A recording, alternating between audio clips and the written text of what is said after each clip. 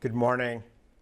We're getting started at 8 o'clock. There's not too many people here yet because there's some traffic accident out there, but because it's a busy morning for me and most of you that are in the lab, got to get going, keep going. So I'll get started here.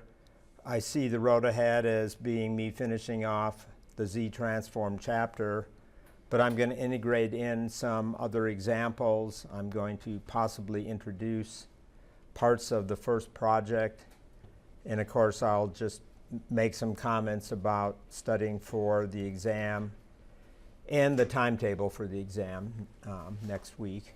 Just to lay your minds maybe at rest, you're not going to have 3 hours or almost 3 hours to do a regular hour exam. So I will do some lecturing in the beginning. I'll even take any more questions. And I didn't bring those copies that I said I was going to bring. I knew I had something to print this morning, but I'll maybe put those outside my door, or just you can print your own. I mean, I think that's totally fair. But I'll bring some to the exam also. So then we'll take a long break, probably at around, well, before 9 o'clock. Around 9 o'clock we'll take the break, is what the plan would be. I'm just looking at the clock right now, somewhere in that time frame. I mean, I've done it like this for a very long time. Too much time on an exam might seem like, oh, that'd be so great, but in reality, nothing's perfect. You know, you get so much time, your brain is in tip-top shape, and then you sit there and stare at it when you could be moving on with your day. So I've done it like this, and I'm confident of that. But I'll talk more about that later. I did post up a number of things. Since I pushed back the homework 2s yesterday, I posted that up on the website. It's also in the web page here. I mean, it's also gets embedded in Slack because I pushed it up on there. So I can look at it in here as well as I can on the web page. And what I did this time was I put the scores for the most recent homework, and then I created a second histogram where I merged homework scores 1 and 2 together and then normalized them to 100%. So this just gives you an idea of the current class standing in the area of homework. And if you look at the old exams that I have posted up there, you'll see histograms that showed you a composite on the homework when I finished grading the exam 1, and then it shows the histogram for exam 1, and then it will add another histogram for a preliminary final average, which only has combined into it part of the homework and exam 1, and the rest of the stuff is just zeroed out. But again, the idea is just give you an understanding of how things are unfolding. I don't know if you'd call that full disclosure or something like that, but just trying to give you an idea. I know Canvas does something. I don't even know what it does exactly. It does something automated. I'm doing these things in Pluto, the Pluto notebook for Julia. So I have control, but the data is housed in a Excel spreadsheet. So one of the things you'll notice, and probably it's going to end this way, because I gave bonus points on assignment number 2, quite a good number of people got bonus points. And some people are now netting out of the first 2 assignments greater than 100%. That doesn't get clipped, that just rides all the way through. So does that make sense? I mean, those of you that aren't in that category, is that acceptable? I mean, that's, to me, that's the right way to do it. If you scored bonus, it should overflow, and it stays in that category, though it doesn't move to another grade category. So the homework percentage, whatever it was, 15 or 20%, I don't remember, that is still in effect. And that starts to show up on the histograms later, too. Okay, another quick little comment that just applies to 2 of you that are in here right now, or 3 of you, and that has to do with the lab.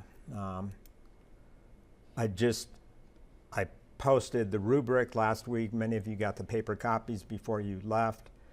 We should be about ready to start looking at lab 4. I want to at least make some mention of it, but one of the things that I did down here was I said for lab 3 and beyond, there's always going to be demos. So you cannot just turn in a report and get your credit. You have to demo certain things, and those are pointed out in the lab reader. They're best done in class with your analog discovery if you have one of those, or using the bench equipment. But you want to make sure Chiranth sees it, and we'll check it off on a check sheet. For me, if I was running it, I would have the paper copy of the rubric, and then either get him to initial it, or myself, what I did when I taught it last fall was I kept my own copy of the rubric and put notes on it, and then use that when I graded your lab reports later. But kind of get engaged on that process so we have records going. And worst case scenario is demos from home if you have to do that. And you can do screen share. I mean, what Slack can do on a direct channel, or any channel actually, but on a direct messaging channel in particular, you can go down here where the little headphones are, and if I click on that, I engage what's called a huddle, and the huddle is where you can sit there and talk to the other person, and then another thing pops up where you can screen share. So if I was to just do it right here, as soon as I click on it, I'm in DSP lab right now, and I could huddle with somebody else, and then I could share my screen. And that should work good for demos, the way I see it. The thing about a huddle is that I can't huddle with more than one other person, because the version of Slack that we're using for my entire workspace here is the free version, which only allows 2 people to huddle at a time.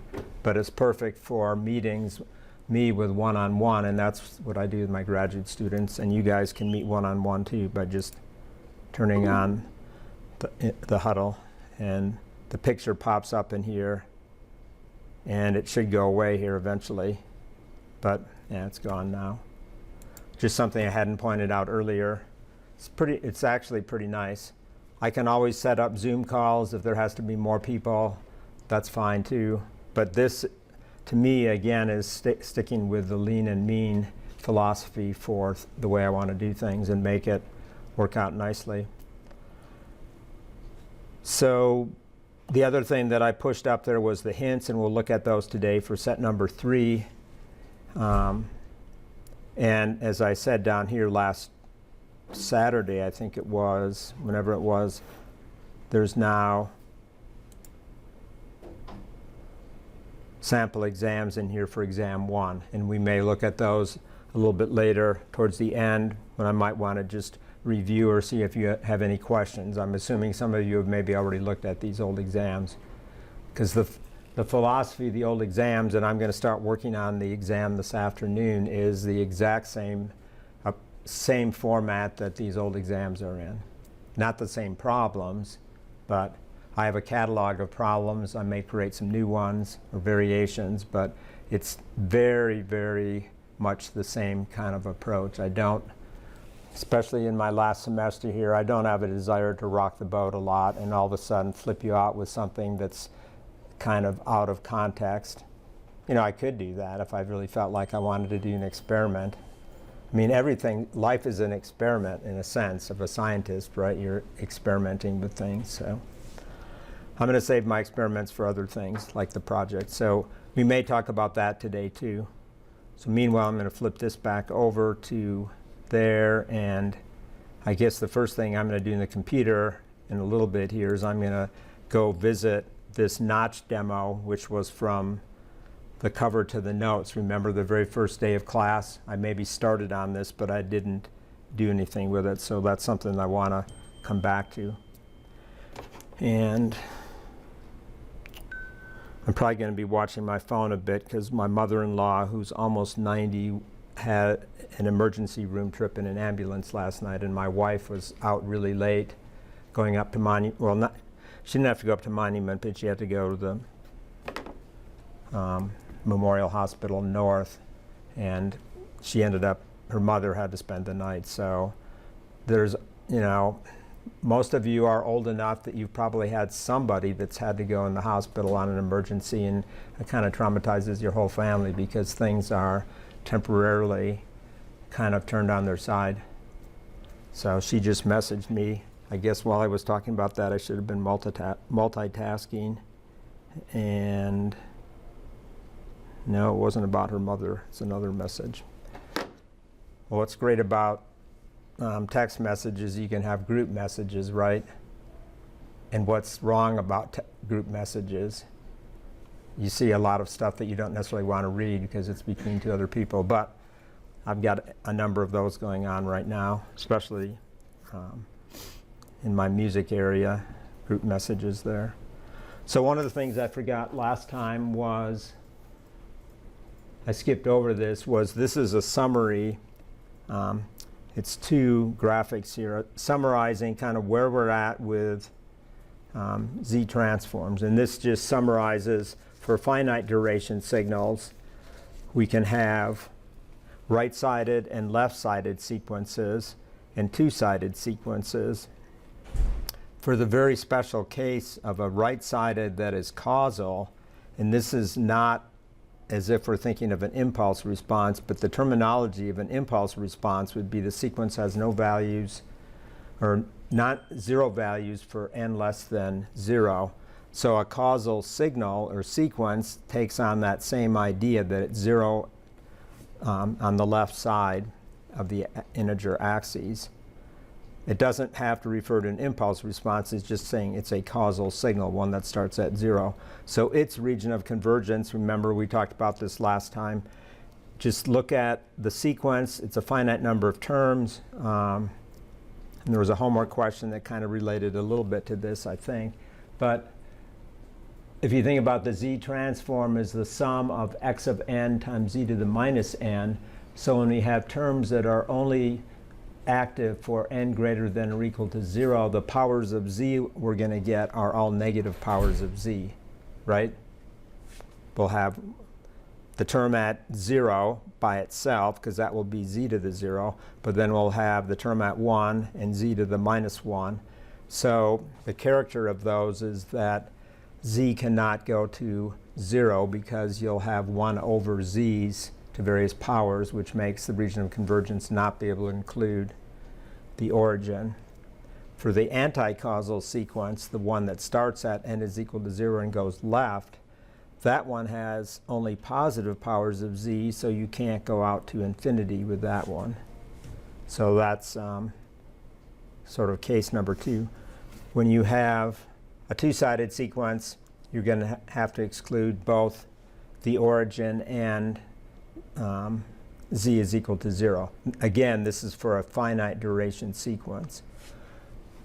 Taking that one step further and now thinking about what about causal, anti-causal, and two-sided sequences that are of infinite duration. So causal sequence of infinite duration rolls to the right starting at n is equal to 0, and it has negative powers of z, but it has some property in general of the sequence behavior that is going to set the region of convergence where. This was something we kind of ended with close to the end. On right-sided sequences, what the ROC is set by what?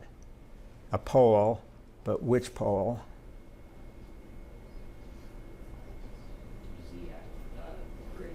The largest pole radius, right? And then it's everything outside that. You can always think about that because the region of convergence gets smaller as you go out to the largest pole radius, and that's making sure that no poles will lie in the region of convergence. So for the right side general causal sequence, there might be some other poles inside R2 there, but those would be from other pole terms that have radius smaller than, the largest one. Why am I even reviewing this? Well, I want you to have another shot at thinking about it, but it's kind of like being a detective. When you're given a problem statement, like a story problem, I'm just thinking back. I have a lot of retrospective going on in my life, you might say, but what were some of the problems you started not liking in math when you were in high school and earlier? Story problems is what comes to mind for me. Story problems were always, you had to think and read, you had to have more cognitive ability seemingly to read every nuance in a story problem. So we have story problems in engineering because you're given a lot of info, side information, and if you gloss over that, you might miss a main point. So the story problem might say the sequence is causal or anti-causal, or you might observe something about the region of convergence and then thus determine that it's causal or anti-causal or right or left. So these properties just play in from various angles. So the more you can capture that stuff, the better off you'll be on working an exam problem. I would go like this, thumbs up. Do you agree with that? I realize in anything in life, though, it's like, oh, I forgot that because I just didn't have all that loaded in my brain. Does anybody ever have that problem? You can't keep it all loaded in there? I mean, because you've got multiple classes or work assignments and so on. So anti-causal is the opposite of the causal, but now that pole radius is that sets the region of convergence for the interior of a circle has to be largest or smallest of all of them? Smallest, right? Because poles in the left side or anti-causal terms would be sitting outside of that region, and that's fine because the region of convergence, remember, can't contain any poles ever. And then if it's a two-sided sequence, you've got two radii. One is the largest pole radius of the right-sided terms, and the other one's the smallest radius of the left-sided terms. This is not in our book. This was in some other books I was reading years ago, and I liked the picture, so I decided to integrate it in my notes. Which reminds me, I didn't bring it down here today because it will be a surprise after the exam. I'd get a lot of book samples, and when Dr. Semiari left, I got some more book samples of the same books I already had. So there's a relatively new DSP book that was introduced just in the last couple of years that I'm going to give away to the person that scores the highest exam total on exam 1. I've got plenty more books to give away, and if you want to trade, or if you'd say I'd rather have a book in this and want to come up and look at my bookcase, I mean, I'll be easy on that. I'm not going to give away all the books, but I'm going to give away a lot of stuff. So, but this one is brand new. It's a pretty nice book. I didn't want to switch books. The only real bad thing about it is the guy uses MATLAB for everything, and I think that's old school right now because open source is kind of the wave of the future. But the examples are really, really good in MATLAB, and I can translate them to Python. Our book, written a long time ago in its third iteration, never said he was using MATLAB or anything. He just showed results. And that was kind of like being not advertising for a commercial product. I'm amazed at that, actually. Georgia Tech and MIT just didn't promote one product over another. Kind of amazing back then, I think, because there's been all kinds of engineering books written around using MATLAB, and now some with Python, and a few with Julia are starting to pop up. So now we're going to jump to the other side, going backwards, inverse Z transform, formerly in complex variable theory. It's a contour integration where you have to integrate around a contour in the z-plane to get back to x of n. And this is talked about later in chapter 3 notes, but we don't really use it anymore. I just left it in there. I talked about that last time, but it uses Cauchy's integral theorem. And if you ever take a course in complex variables later in your life, you will see all these things, and you can at least say, hey, I remember that is the foundation for Z-transform theory, or at least the inverse Z-transform. And it might kind of shake some things up in your brain a little bit to say, this is the real deal. All we're going to learn today is the rubrics of how to do partial fraction expansions, take into account repeated roots, make sure it's a proper rational function, and just have sort of a rubric that we just follow. We don't have to understand the complex variable theory because we're kind of boiling it down to a routine. And how many times have you thought that's what engineering school was about? Has anybody ever thought it that way so far in taking classes? It's just a rubric. I just have to learn this rubric. Like, you know, what do I do on Tuesday mornings? I have to take out the trash, but it's just not taking the trash containers out. I have to go in this room, get that, this room, get that bag, and do the recycles. And I mean, I have a rubric, and I'm sure your household probably does too. So I took a lot of ME classes. I took thermo and heat transfer and strength of material, statics and dynamics, all those ME classes. And when I took thermo, everything seemed to be a rubric. It was steam tables. We'd look things up for turbines and generators and things. For heat transfer, it was partial differential equations that were very complicated to solve, so you had simplifying assumptions. So MEs do a lot of things that are kind of rubric based because their problems are hard to solve too, and they haven't mastered it to the extent that you can just have tools. Nowadays tools are more powerful, but still, for me taking thermo, the tables were fine. I got into it, and that was the way they taught the class, so I accepted that. So we're going to mostly spend time on partial fraction expansion. See if I can figure out why this wasn't working last week. Yeah, for whatever reason, something changed in my setup. Mostly that, but first comment will be inspection method. So ultimately, partial fraction expansion approach involves the inspection method, but you have to use that to drive things down, so your problem down, so you can use the inspection method. Power series method is kind of novel and has certain special properties to it. It's not really one that's that significant for this class, but it's just mentioned here. So inspection method says that you have a good table of Z-transform pairs, and this one is the one that's in the crib sheet that you can print, and I'm going to bring to the exam now. This one is from the book.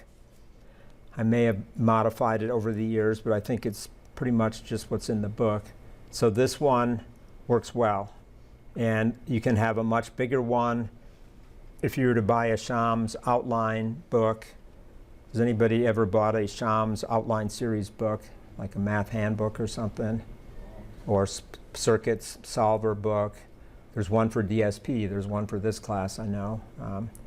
The one that I bought at a young age when I was taking math classes is Mathematical Handbook, and it's got a lot of integral tables in there, now which you can find online, of course. It has Fourier transforms, Laplace transforms, and Z transforms. So it has a much denser table, but the problem is it's in positive powers of Z, and it's stuff that we don't necessarily care about in DSP. I mean, it's a very powerful table, but it's more generic from a math standpoint. So this one handles what we need to do, and we'll start taking advantage of it. Some of these we've already developed, and that's kind of what I was talking about last time. We haven't developed all of them, but we have developed some of them, and we're going to look at some theorems today, so we're going to see how to get some more in here. I think, the ones that we've done so far, those are the ones that we've done from the examples so far. The rectangular windows at the bottom, the single exponential forwards are right-sided and left-sided, and then Z-transform of a delta of n. And then we're going to start filling in some more of these. The hyperbolic we won't use. I don't really need that in here, but it's close enough to sine and cosine that I threw it in there. So what is the partial fraction expansion method? It's going to be starting with a rational function. So it has one pre-processing step. And the idea is to get the order of the numerator to be at least one less than the order of denominator, so you can use partial fraction expansion. Otherwise, the rubrics for partial fraction expansion, although they will give you an answer, they don't give you the correct answer. So that's the thing to remember about this technique. You can apply it, and I think some people may have done this on the homework I graded. You get the wrong answer, you get garbage, and you can't really tell. The only way you can tell is if you were to try to cross multiply and get everything back the way it started and see if you get back to the original problem. And I think you might have learned that in circuits too. So the general form of x of z would be a n of z and d of z, n poles and m zeros at non-zero locations in the z-plane, the way it's written here. And then there's always the balancing of having poles and zeros at poles or zeros at z is equal to 0. And the way you can see that is if we put everything in terms of positive powers of z, when that factoring is done, when z to the n over z to the m comes out in front, then you can see that I'm either going to have a z in the numerator, which will give me a 0, one or more zeros at z is equal to 0, or if it's a minus power on z, then there'll be poles at z is equal to 0. It's never both because they would cancel, right? So if you had 10 zeros and 5 poles at z is equal to 0, you'd end up with 5 zeros, or vice versa. And that's these two bullets right here. I'm just putting that into words. But like I've said already before, the total number of poles equals the total number of zeros. That's just a given. And proper rational, that just means m is less than n.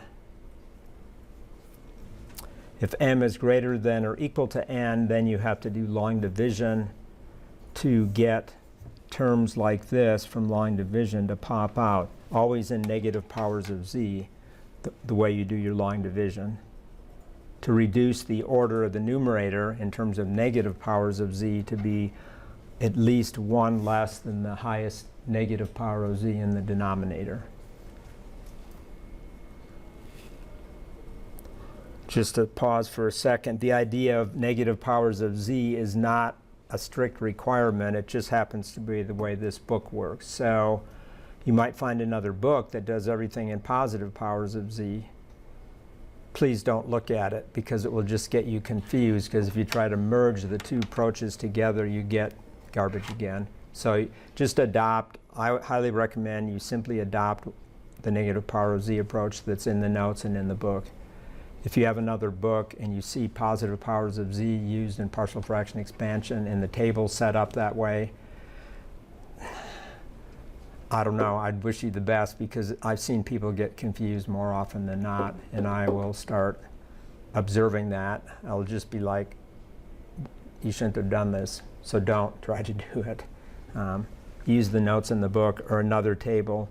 So the good indicator is you can see how everything in this column for x of z is written in terms of negative powers of z. So that's the type of table lookup that you want to be using, not positive powers of z. When you did Laplace transform, you used positive powers of s. That's fine. But now for the z domain, we're going to use negative powers of s. And that should be, 2610. That book was written by people in this camp. And I don't know about 3205, what you use there anymore exactly. There was a book for that was written by people in this camp, because it has continuous and discrete in it. But I think some changes have been made over the years in what book was used there. So we're going to assume that the long division has been done and then talk about the procedure after the long division is done. Some of the examples will require long division. But right now I'm just going to assuming we have a proper rational function and there's no repeated roots in the denominator, then we have a very simple form where the partial fraction expansion results in a sum of first degree numerator term or denominator terms. You end up with a partial fraction coefficient ak divided by 1 minus dk z to the minus 1, and the dk's are the non-zero poles of x of z. Here's the note that I was just harping on already about avoiding confusion and sticking with negative powers. So Cauchy's residue formula and the complex variable theory leads you to what's called a residue formula, and the residue formula is what allows us to get this coefficient out for the solution for the contour integral. So this is AK, and that is our expansion, and what we do is you take the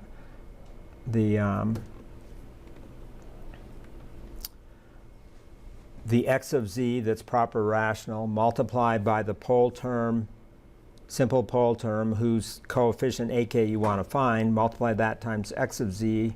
That, of course, annihilates a pole from x of z's denominator, and then you set z to the minus 1 equal to d sub k to the minus 1. And you're probably saying, what? That's so confusing. Why can't I just set z equal to d sub k? You can, but because everything in negative power of z factoring is set up with z to the minus 1 terms floating around, I think it's easier to just see wherever you have a z to the minus 1 on this expression right in here, you just make the replacement 1 over the dk as needed. And we'll see that in an example in a second. If the function wasn't proper rational and you had some long division terms, then this first component comes out from the long divisions that were needed to make it proper rational. And those terms will be inversely transformed as well. If we have multiple order poles, so you have a pole of multiplicity, and the book uses S, and this is not complex variable s, it is an integer in the book's notation. So it's the number of times a pole is repeated. Then you have to add in for the repeated poles. You'll have all your simple poles will be in this term right here, except for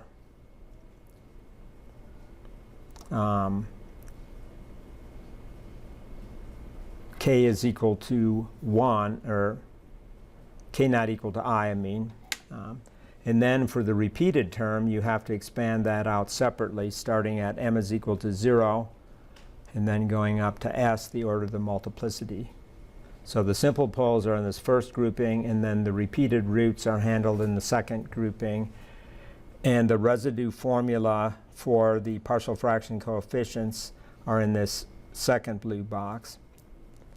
And this absolutely works. In practice, it's incredibly tedious, so I'm going to suggest an alternate method, which is going to probably be related to something you've seen in circuits and systems for repeated roots.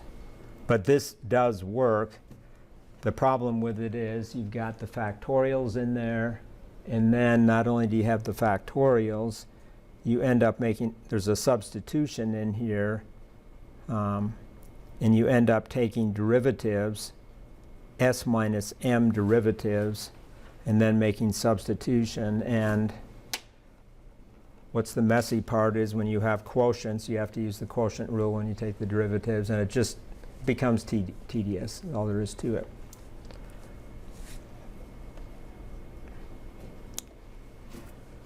If you've got several multiple ordered poles, then you have to do the expansion separately. So this is to say you might have,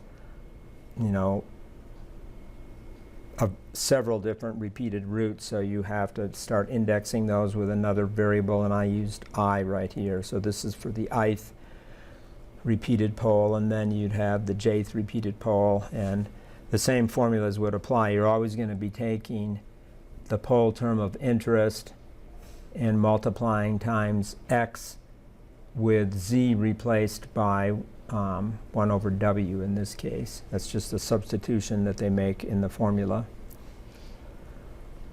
Again, I'm going to show you an example of using that formula, then I'm going to show you a simplification. And the one homework problem that you have where you have to use this, you can use this other approach that I'm going to show you, because I'm not giving you a really complicated problem. Rest assured, though, the complicated problems could also be handled using MATLAB or Python's residue z function, which finds these so-called residues. That's the complex variable theory terminology from Cauchy's theorems, automatically, because what? You can train a computer to differentiate polynomials and use the quotient function. I mean, you learned it, right? And you learn how to do it. You can have a computer do that for you for polynomial arithmetic. That's good. It's like having a robot do something that's mundane and you feel safe with. But I'm just saying mathematics is not, can be, in some cases, put into algorithms that are run on the computer. So the general inversion procedure right now would be, if we bounce back up to here, what I have circled here in red, where we just have the delay terms. We're going to formally learn about delay theorem a little bit later today, but if you have br times z to the minus r in the z domain, that just comes from a delta of n minus r, and then that br comes across from linearity. If you have the simple pole terms, ak over 1 minus dk z to the minus 1, you just have to consider the region of convergence to know what sequence you return to. We know if the region of convergence corresponding to that pole makes it a right-sided sequence or a left-sided sequence, then we just have to use one of these two equations. If it's the exterior of, if the region of convergence is outside where that pole resides, then we know it's right-sided sequence, right? If it happens to be inside, then it's left-sided. So if it's right-sided, you inverse using this formula. If the ROC corresponding to that pole is outside the region of, or inside that pole's radius, then you inversely transform back to the left-sided sequence. The very last homework problem on assignment number 3 uses all of these things. So I had to have a problem like that, so you get to exercise kind of all the variations, not to the nth degree, but it's still pretty tedious, very tedious actually. Lots of little integer ratios floating around in that problem. Okay, so take a simple example. See this one in nice and negative powers of z. You're given the region of convergence. So there's a number of things you can do being a detective immediately. First off, after harping on proper rational, you'd say, oh, it's not proper rational because the numerator has a z to the minus 2 and the denominator's highest negative power is z to the minus 2.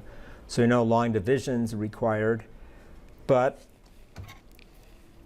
having this right over here, it offers a lot of insight. We could have said, rather than giving you the ROC, you could have said this system or this signal is causal, but this amounts to the same thing. Knowing that it's causal, or knowing that the region of convergence is outside a circle of radius 1 and can go all the way out to infinity, that tells us that it's right-sided, and in particular it's causal, because if it was right-sided and had some terms to the left of n is equal to 0, that would lead to what? Positive powers of z in the z transform, and we wouldn't be able to go all the way out to infinity. Make sense? So it's the exterior of a circle, so we know it's absolutely a causal signal. It starts at n is equal to 0 and goes right. And the fact that 1 is the boundary, what does that tell about the denominator, the roots in the denominator? There has to be one root that's at 1, or a magnitude of, has a magnitude of 1, right? And the other root that's in there, because it's quadratic, must be have a magnitude less than 1, because it's the largest pole radius. So you can immediately just start snooping, being like a detective, and say, I know this must be true, and I can use that to my advantage. So line division first. So the idea with the line division, I don't think anybody loves line division, even when you first learned it in, what grade do you first learn division in? I don't remember anymore. But when you have to do polynomial line division, it's just a little bit more tedious. So the objective, though, with the line division is to bring down the order in the numerator by one negative power. So what I do here is I pick this because I want to be able to get that in my line underneath the quotient. So I see I have a 1/2 z to the minus 2. That's coming in from the denominator. I'm dividing that into the numerator. I want to be able to annihilate the z to the minus 2 in the numerator, so I pick 2 to make sure I can do that. And then I subtract that, and I'm left with my remainder is going to be 5z to the minus 1, and that's sufficient because I've reduced the order by 1, right? So I'm good to go. And I have a factor of 2. So now this is x of z. The right-hand component there is proper rational. And now all I have to do is factor that denominator.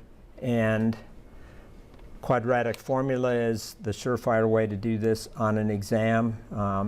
If you happen to have a calculator that roots polynomials, that's even more certain if you learn how to use your calculator. But you can do it by hand too.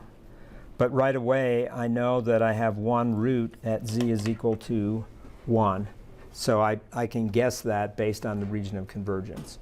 And then I can figure out by just looking at the problem and saying, okay, I have that, and I'm going to have 1 minus something times z to the minus 1.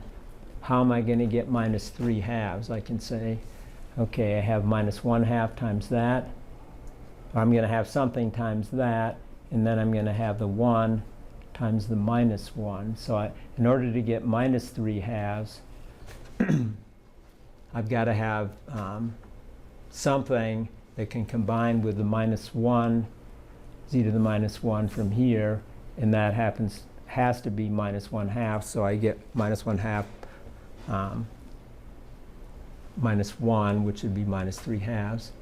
And then, of course, the n term has to work too. In this case, you also have to find out that does 1/2 minus 1/2 times minus 1 give me 1/2 z to the minus 2, and it does. So there, it's done.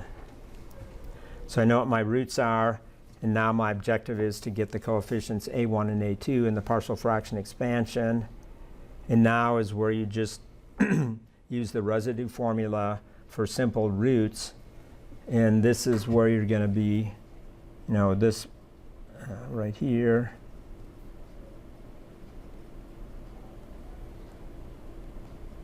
is where this business is happening.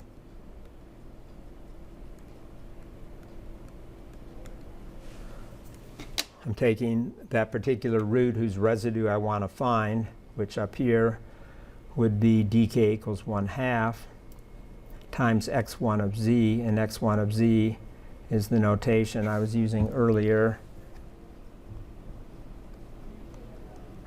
to distinguish the long division result from the starting point. So multiply those two together, and I've just done that in my head because I know that this is going to cancel that term, 1 minus 1/2. So I'll be left with the 1 minus e to the minus 1, and then in the top side, I've got the get this right here. Notice I had to flip signs on this. So I have minus sign brought outside, so I have minus 1 plus 5z to the minus 1. So I'm just grabbing that and bringing it down. And then, like I was saying earlier, I'm going to put in 1 over that root. The root is at 1/2, but because I'm going to make substitutions for z, negative powers of z, I'm going to substitute in and write in here z to the minus 1 equals 2, which is 1 over 1/2. Then I just plug those in so I can track through my numbers and then manipulate that algebraically and get minus 9 and do the same thing for the other pole at z is equal to 1. You're on your own at this point because you've done this stuff before, and I saw people doing partial fractions in the homework that I graded, so I know you've done this in different classes. Just go with the methodology, though, the negative powers of z, and you will then be able to do the table lookup. So we get down to the point where we have the table lookup now, and we have those coefficients put in the partial fraction expansion. Then you can just plug them in directly from the table lookup. Because we're back to the beginning again,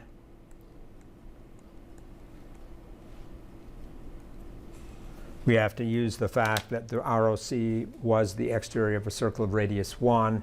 So that immediately allows us to say, yes, both of those poles are right-sided because the ROC is set by the largest pole radius, and then I inverse transform to right-sided sequences. Very simple, neat and tidy. And other variations on this problem could be ROC is magnitude of z less than 1/2, in which case then both of the poles would be left-sided, actually anti-causal, and then a mixed case of the annular region between 1/2 and 1. So these are the other two possible inverses, all the possible valid solutions for the three combinations of right, left, and then mixed in terms of left and right together. Just be careful because problems on the exam might have something going in the opposite direction, so just don't be so hasty that it's always right-sided. I'm going to just do it that way. You just be on the lookout for things like that. Definitely in finishing off the homework, be on the lookout because the author of the book loves to just mix things up constantly. Some left, some right.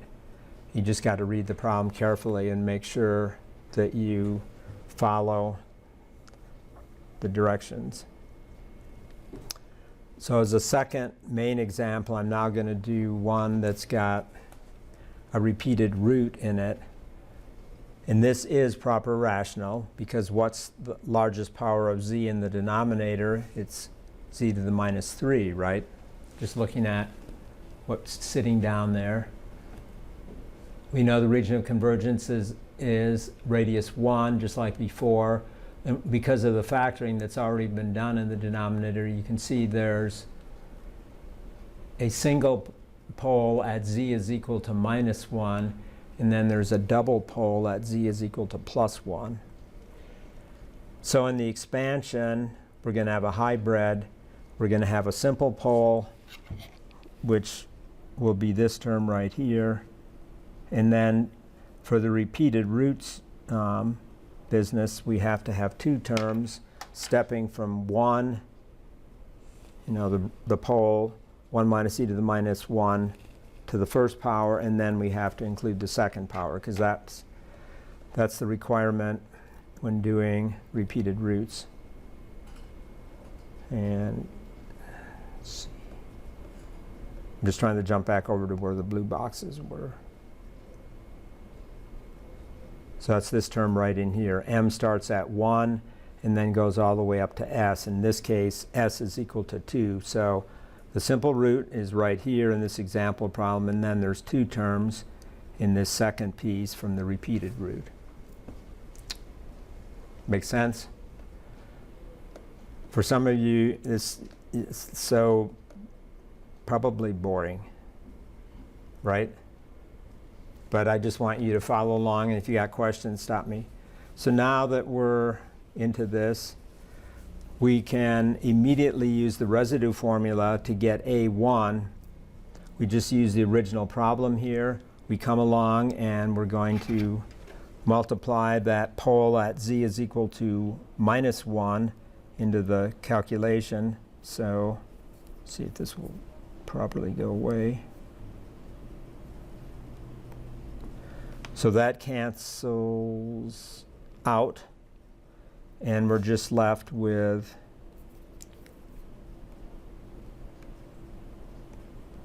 that. We plug in z to the -1 equals -1, because that's our simple single pole at z is equal to -1, and then get 1/4. Now we have to move on to the heavy duty part, which is using the repeated roots formula, which takes this form right here, where the C1 term is relatively easy to do, but no, the C2 term is easy to do. There's no derivatives involved in the C2 term. So you can immediately solve for C2, but C1 involves one derivative. So I went ahead and did this, but I didn't show the details, but I get 1/4 and 1/2. What I want to show you now is how you can also work this same problem. So what I'm going to do is do some deleting.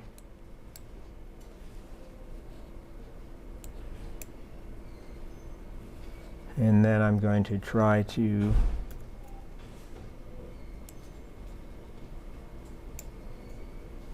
copy and paste. Computer seems like it's running in slow motion right now.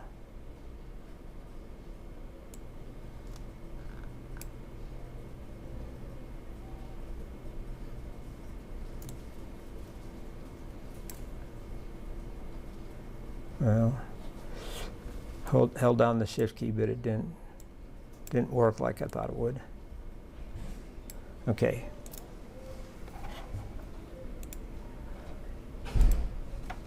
Get that to go away.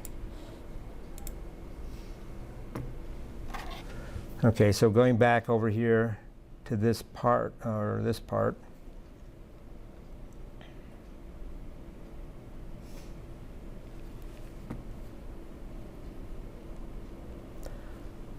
I can easily get those two parts just from the standard residue formula. So I can get the 1/4 and the 1/2 immediately. But an alternate approach to get the C1 term is, so I've already discovered, let's just make this simpler for me, unless you want to see more detail.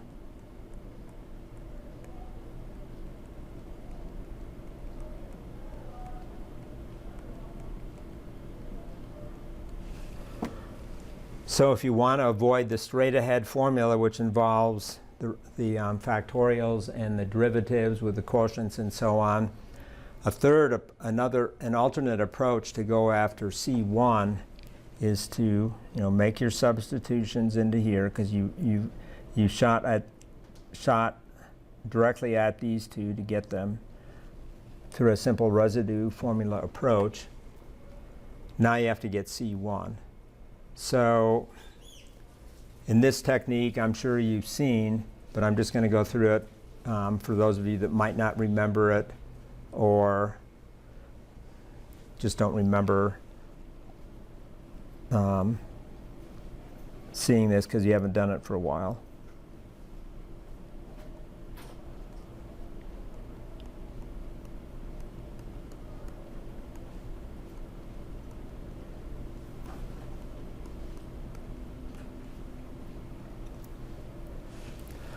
So that's what we have on the left side.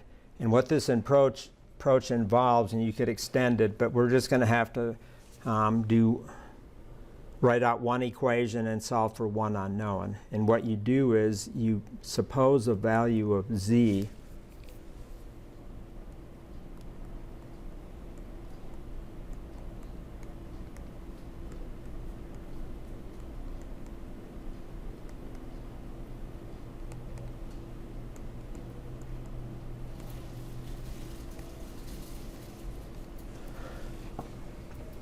and the only restriction is you can't choose z is equal to -1 or +1 because that's where you already have a pole existing. So, because you'll get things blowing up.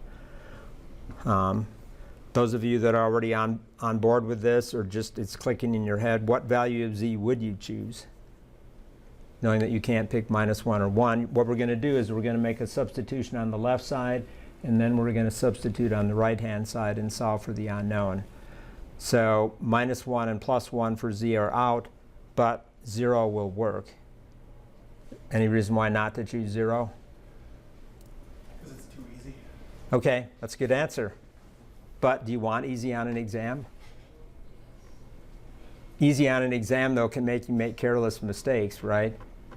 I've always been amazed about that ever since I was a professor grading problems. If you make an exam too easy, the careless mistakes kind of rise up out of the noise floor and they dominate your scores. Whereas if you make it too hard, not being able to solve the hard problems dominates the score. So there just has to be balance in there, because I don't know about you, but I was always so upset when I made a dumb mistake on an easy problem.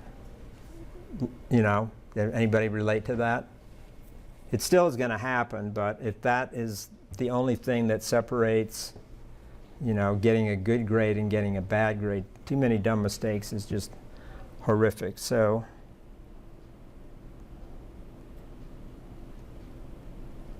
I'm going to substitute z is equal to 0. So on the right-hand side, and then what I've got left on this side is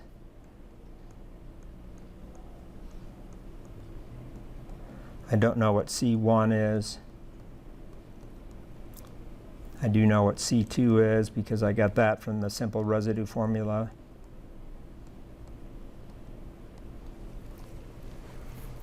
And then I'm going to do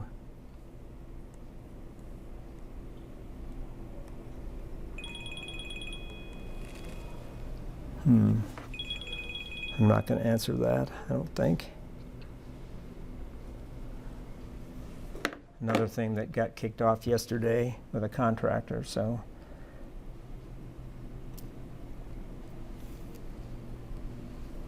Those of you that walked in late, there was an emergency in my mother-in-law going to the hospital in an ambulance, so my wife is on top of that, and I'm wanting to see what's popping with that this morning.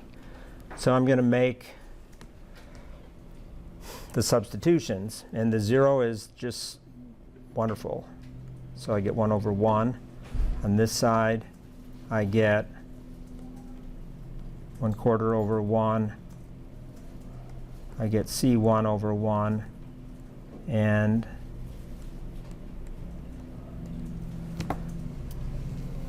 then I can just rearrange stuff. So I'll have C1 is equal 1 minus 1/4 minus 1/2. So that is going to be 3/4. 1 minus 3/4 is 1/4. And flip to the other screen here.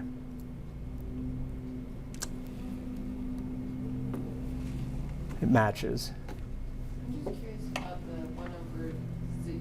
Why isn't it an error? Because it goes to, isn't 1 over 0, would that be an issue? Where is that happening though? But when you plug in z at 1 over z. I'm plugging in z is equal to 0, and none of these denominators are going to 0. That's the key. Right, but 1 over 0 isn't an issue here. I'm plugging in z is equal to 0 though, so I get 1 from here, I get 1, and I get 1 squared. What's tripping you up? Well, I see z to the minus 1 is 1 over z, and I evaluated at z equals 0. Oh, Okay. I mean, it's okay. Yeah. Curious. Sorry about that. I forgot to say that. Yeah, convenient value. It has to be the inverse of that.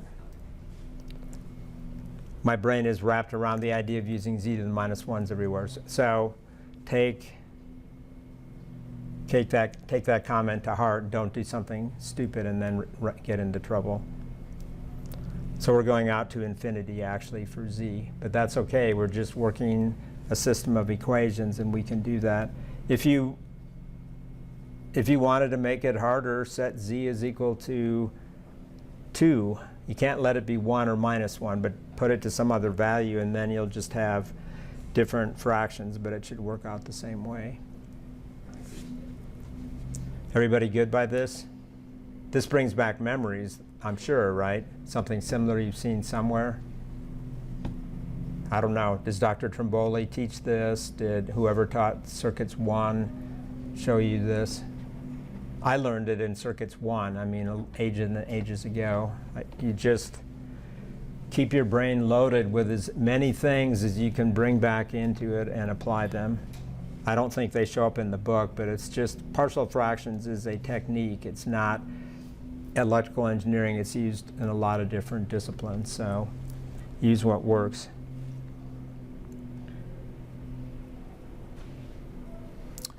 Okay, so done with that one. And now we have to develop another theorem in our lookup table, which I'm going to do a little bit later today. But I'm just going to state this result from the lookup table, which says that if we have a repeated pole like this, and it's causal, which means it's right-sided, that this is what it is in the sequence domain, n plus 1, a to the n u of n. And this is, kind of analogous to something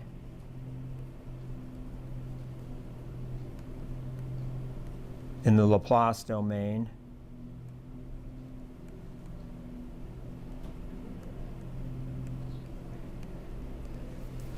Which looks like that. And that should kind of be in your memory. If you have a repeated pole, you get a linear component t, and then you get an exponential decay. So we're getting a linear component. We're getting an n plus 1, though, which seems goofy. And that's why I'm going to go through this a little bit more later, why the n plus 1. It's DSP. I mean, things can't be exactly identical. But it's still the idea that something linearly increasing times an exponential is similar to the S domain. Good? Anything that you can relate to anything you've learned before, it's kind of like I'm surrounding myself with as much comfort as possible to make sure I don't feel, jilted somehow or another. You went into a science fiction domain where everything is totally unknown to you, and it's up to the, I'm not a fan of science fiction, but I have family members that are, so I guess I don't like science fiction a whole lot because it does transform everything to totally different paradigms, and that's probably, if you like science fiction, that's probably what you like about it. It's so turned upside down, inside out type stuff. So the inverse transform comes out pretty much immediately for this case. Now we're going to go on and look at inversion of a complex conjugate pole pair. And this is analogous to complex conjugates in the S domain. And this will lead to the damped sinusoids and that sort of thing.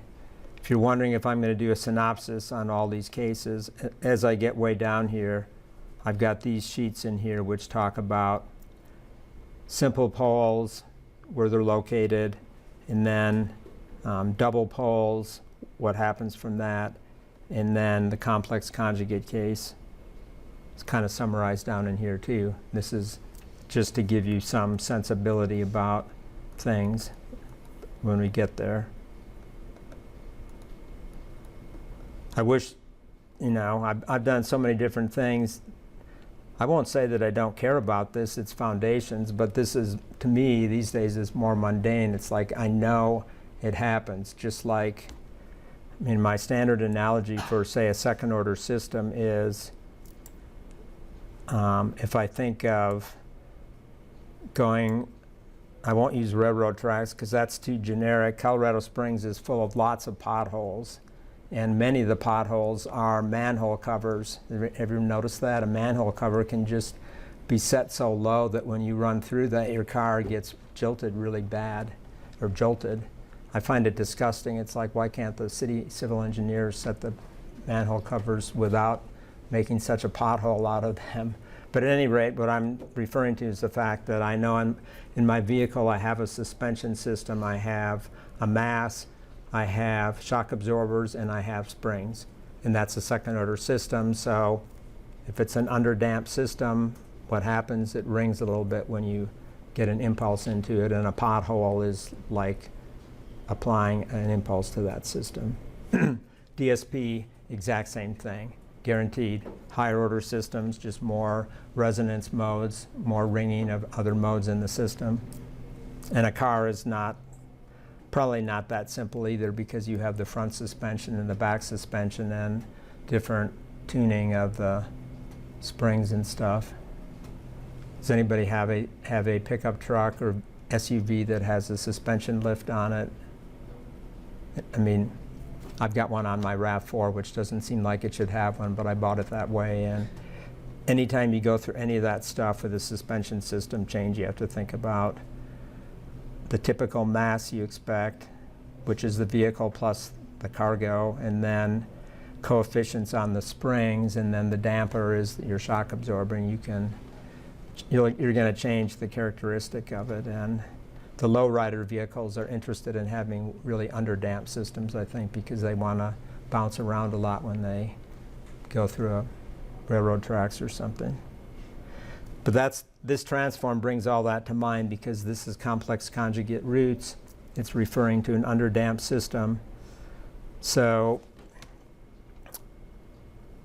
the general form, though, is we have a proper rational setup where we've got a B0 plus B1, z to the minus 1, and then we have a complex conjugate root pair in the denominator. Because of the fact that this is proper rational, we can just simply write this out using the standard partial fraction expansion, where we have AK over the DK root and then AKK over the DK conjugate root. And then we can solve for those coefficients, which I've done here, and notice, to no surprise, that the coefficients are complex conjugates of each other, just like the roots are conjugates of each other. And then assuming that this is causal, so it's the exterior of a circle of radius magnitude dk.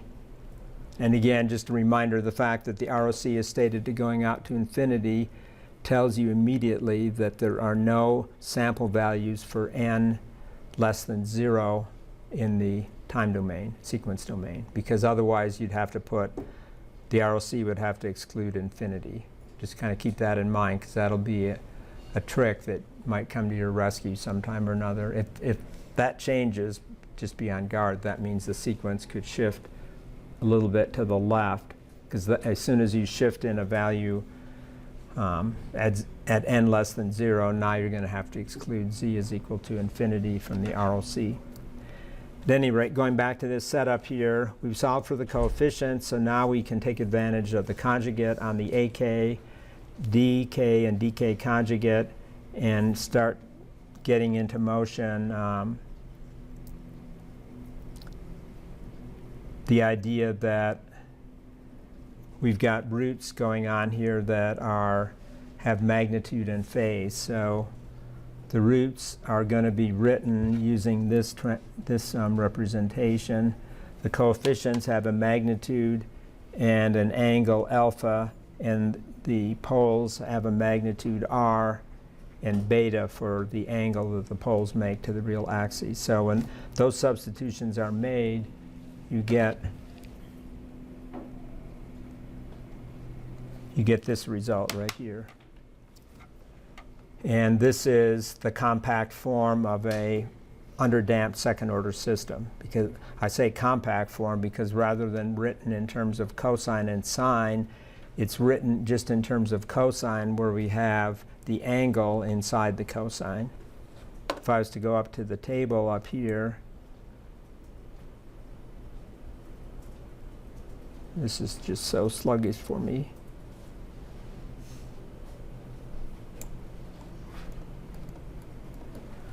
Moving things around seems like it's taking forever for me to get there. I wanted to look at the table right here.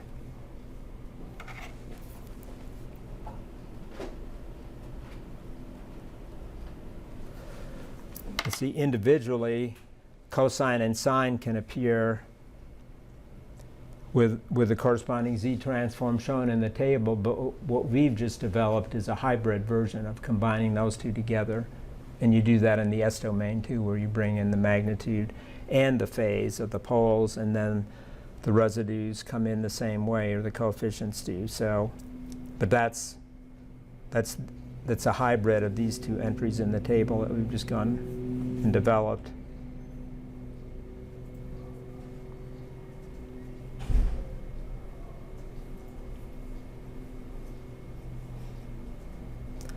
So we now have a new transform pair, is what it comes down to, because we have shown that complex conjugates roots will lead to, on the left-hand side, this time domain expression, because we've gone ahead and just said we know what it is for a simple pole. We're now going to combine two simple poles, but they're special because they're conjugates of each other, and then build that up into cosine with an angle due to the coefficients angle.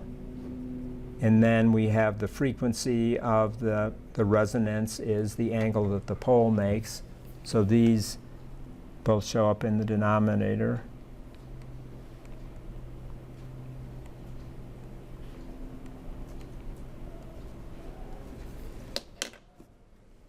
So that's why I was talking about the S-domain version of this and going through a pothole, manhole cover, whatever, and having your car oscillate for a little bit and then decay out. That's exactly what this response represents. And it doesn't matter if B0 was 0, this would just, if that was to go away, or if B1, z to the minus 1 were to go away, that would just alter only the formulation here of the coefficient itself. We could handle any of those cases because this was written generically. Okay. So a case in point was this example. You look at this problem, and this is admittedly on the exam you have to be on guard because you're going to be hoping that you're going to have real coefficients when you see a quadratic, right? And you don't want to miss out on a complex conjugate root there. So the best line of attack is to think of the quadratic formula and just put that on your crib sheet so that you can use it and check to make sure that this solves itself out to that scenario.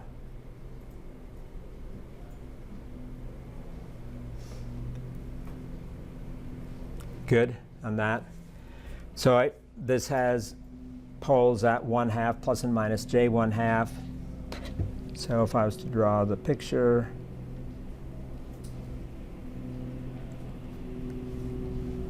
that's where they're at in the z-plane. And then if we have this in the numerator, that is going to be a 0 over here. So there's going to be one more 0 in this system. I'm going to include this because I don't want you to forget that either. There's got to be one more 0 to bring things into equilibrium. So if I was to multiply the top by z squared and the bottom by z squared, I'd be able to reveal where the other 0 is located. And I'd end up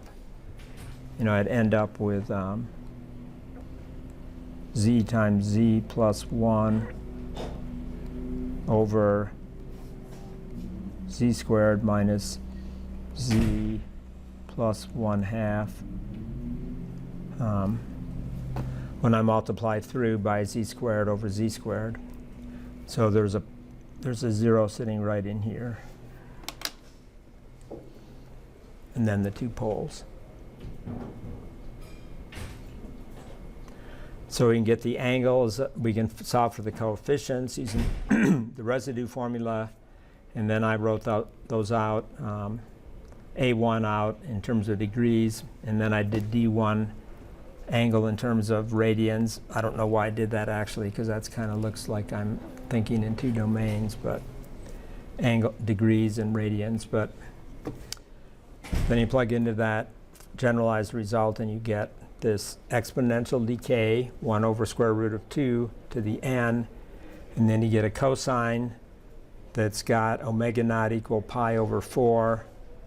That's the oscillation frequency, and then a phase shift of minus 71 degrees.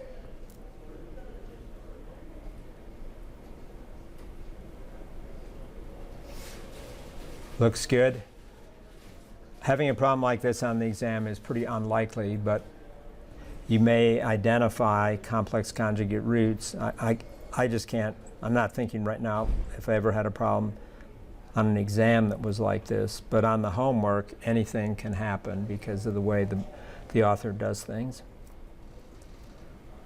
Power series expansion is not particularly exciting, but it can give you insight. So the power series expansion idea just says we know x of z comes about from x of n times e to the minus n, and we're interested in getting x of n. So one way is to do it term by term with long division.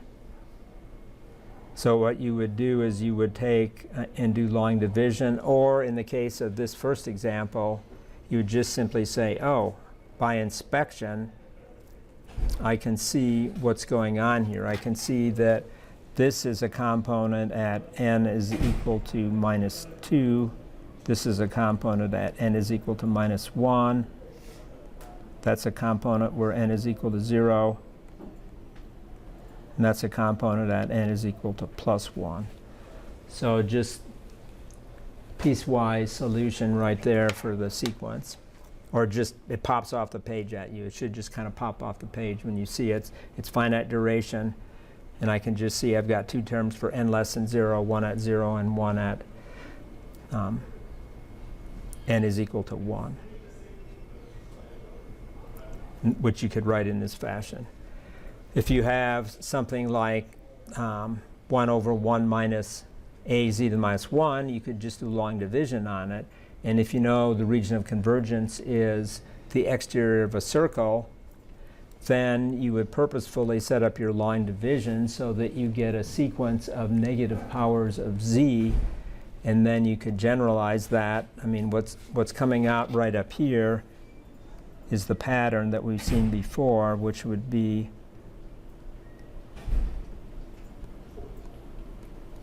a to the nu of n is what you'd be able to see from that repeated line division.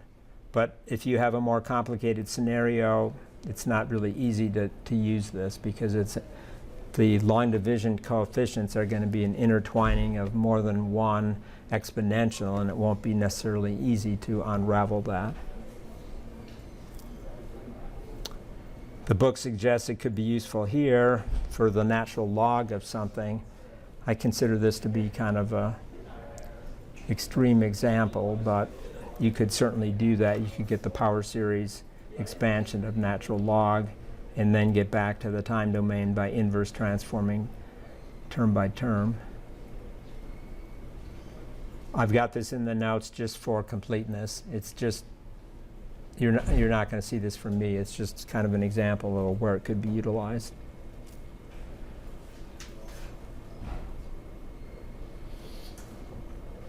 So what we've seen in summary, and I'm going to go through this before we take the break, we've seen a simple pole could be, suppose it's real, will be on the positive real axis, and then we get an exponential decay if it's causal.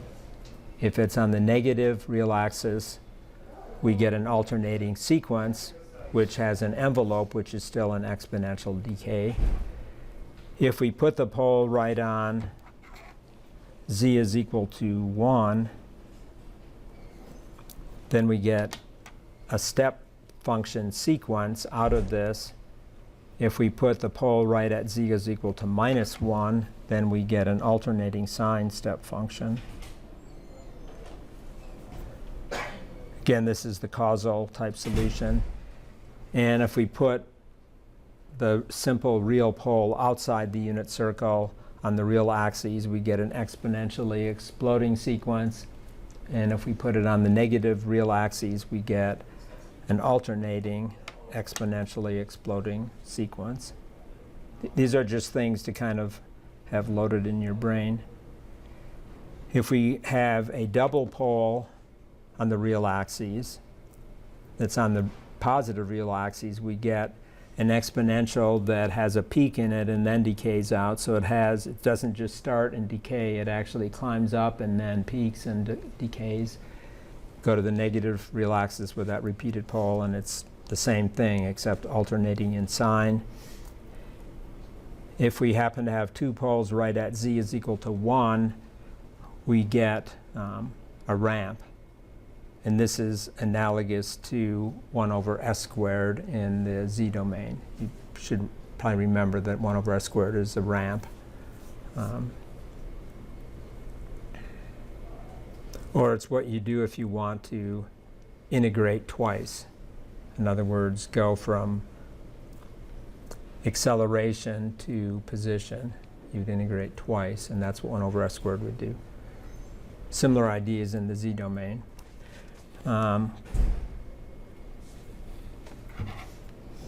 And I think the thing to notice about this, which is similar to what I'm going to prove after we come back from break,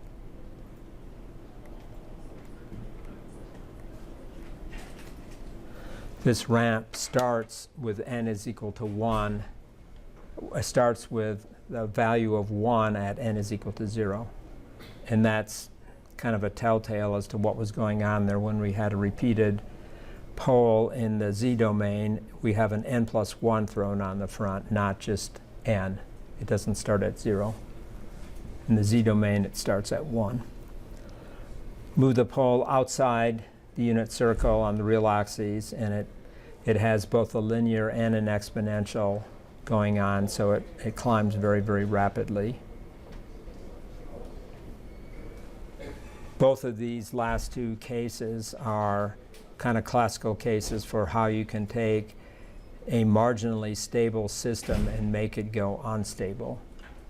Because if the double pole at z is equal to 1 comes about from a step function driving into a system that already has a pole at z is equal to 0, the cascade of that, and the theorem we haven't exactly looked at yet, the convolution theorem, says it will be x of z times h of z equals y of z. That y of z is going to have this double pole in it, and it's going to be ramping to infinity, which is the idea of resonance in a system where the input hits the system at its resonance point, where it already has a pole, and it launches it into an unstable situation, which I think about the Tacoma Narrows Bridge example, which was taught to me over and over again, how wind shear hit the resonance of the bridge, with the same place where there was some poles or a pole in the system, and it created a double pole. It created a situation kind of like this, or maybe even the last case where it's outside, but I think it was probably the marginally stable, because having a pole in a system, it's fine sitting there, but as soon as you excite it with something, a particular input that's right at the same resonant point, then it launches it into being unstable. Does that make sense? It can be fine for a very long time, but a certain applied input will make it resonate. And we already know from talking about stability, to be bounded input, bounded output stable says that you should be able to handle any bounded input and still not have a unbounded output. So that is taken care of with our stability theory, but then there's the marginally stable situation. And in analog electronics, an op-amp can be used to create an integrator, which would be a 1 over s, a pole at s is equal to 0. And then if there's a bias current on the op-amp, which there always is, a bias current will exist, and then it will start getting integrated, And what's the op amp going to do in electronics? It hits the rail, right? It will drive it up to the positive supply rail or the negative supply rail. Frustrating, right? Has anybody ever dealt with that or watched that happen? Usually, if you set it up in the lab on a breadboard, it rails behind your back. I mean, when you first apply the power, it just takes off and it climbs up and hits the rail almost immediately. You ever had that happen where you wish you could slow something down and just see what led to this? But depends on the size of the capacitor. And the op amp integrator, remember, you have a resistor at the input to the op amp, and then your feedback path is a capacitor. And that, the transfer function for that is, remember, R2 or Z2, the feedback on the op amp, divided by Z1, whatever is on the input. You divide those two, and that's the transfer function in the S domain. So you get 1 over CS, impedance of a capacitor, divided by R1. So it's 1 over RC divided by S for the op amp integrator. When I was still a PhD student, I taught electronics for a while as a special deal. They wanted me to teach electronics. And I've told you that before. I love analog electronics too, but I'm modern and I work with software defined this and that because that's the more contemporary thing, but I still enjoy analog electronics. So here's the case we just came through where we have complex conjugate poles. In the first case there is where they're inside the unit circle, and we're talking causal now. All three of these are causal by the region of convergence and by the fact that the signal starts at n is equal to 0. So the poles are inside the unit circle. We oscillate with a frequency omega naught, and that's the angle that the pole makes to the real axes. But it decays because it's pulled back in, so that radius controls the decay rate. And this was the Z-transform pair that we were kind of looking at earlier. In this case, there's no angle on the partial fraction expansion because this is just standing all by itself. It's not in a, it's in this particular setup, 1 minus r cosine omega naught.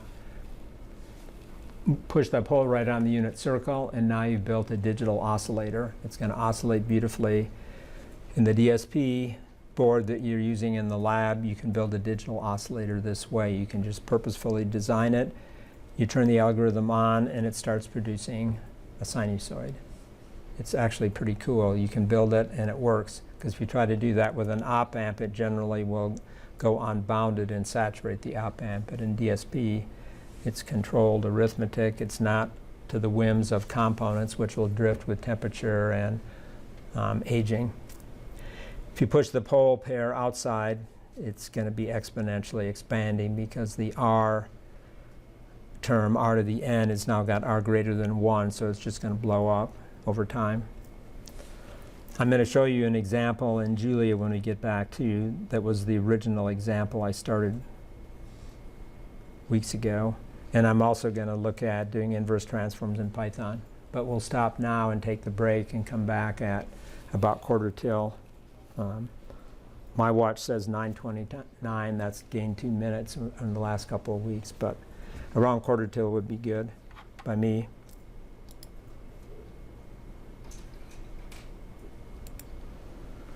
Okay, we're back from break, and we're going to look at some examples, both in Julia, the first example from the semester, and then we're going to get into this topic of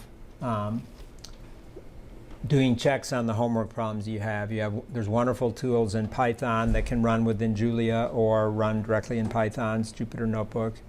Either way, I'm relying on the same tool set that's part of scipy.signal, and that will be residue Z. But before we do that, I'm going to jump over here. The original problem that we had And this is a Pluto notebook, so I've got the animation. However, it's not going to be very smooth animation. I'm running the video recorder. This is a graphically very poor tablet. You buy a tablet like this, you get a good processor, but you get zero graphics acceleration capability. It's very, very lame. It's the Intel on-chip graphics engine. And if you buy your laptop and go for NVIDIA or something like that, there's a huge difference in having a graphics engine on your laptop. This doesn't have that. This is pretty lame, which is why I get frustrated with it just scrolling and stuff, because it can't update really fast. But I want to just finally talk about this. So this is a Pluto notebook, which you've got that installed if you followed my instructions at the beginning of the semester. This is the block diagram of the system I put together. We don't really understand all of these things quite yet. We're going to be getting to multi-rate sampling, but the two notch filters that I have in here, you'll play with in the first project that I'm going to give out. And it's a Z-domain representation, something we've already been seeing.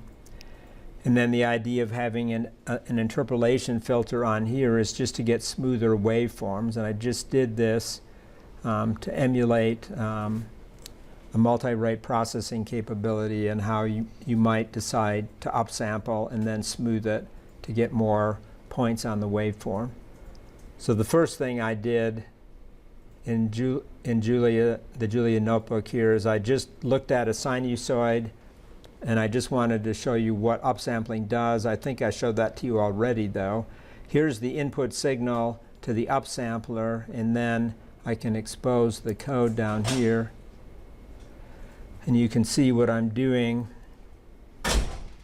is I'm creating a step function times a cosine wave at some frequency, and all these things are the parameters right here, so I can change the frequency of the sinusoid. It's, like I said, it's slow. Memory gets cached in the video and graphics in particular, so it's not very fast at updating at all. But I'm doing that in this line of code, creating the sinusoid, putting the step function on there, and then I'm going to upsample it by a factor of 10, and I use the upsample function. I've got one written for Julia already, but I'm using the one that's in the Python, scikit DSP-com, and then I'm going to filter it to provide the smoothing, and I design that filter up here. Let's see, where did I design the filter?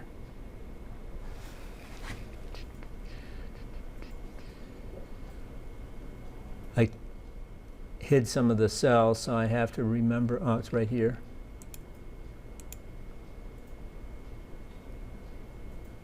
So I imported the filter design package from scikit DSP-com using PyCall to design an FIR filter. I thought I did it up here. That's just the controls.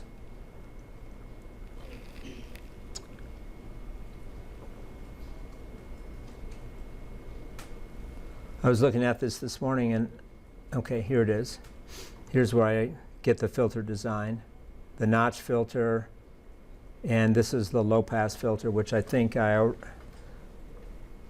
have it commented out. I don't remember why that's so. I'm actually a little bit confused, but I'm not going to go off my roadmap too much here. What I wanted to show you is that what I did was when I upsample it, I now have extra zeros stuffed in between. So I have 9 zeros between each sample, and I now need to interpolate more values in between. And we'll learn about the interpolation idea. It's a low-pass filter to interpolate values in between where I stuffed zeros. I didn't have any information there, so I need to fill it in by interpolating. And you can see there is a transient associated with just that interpolation operation.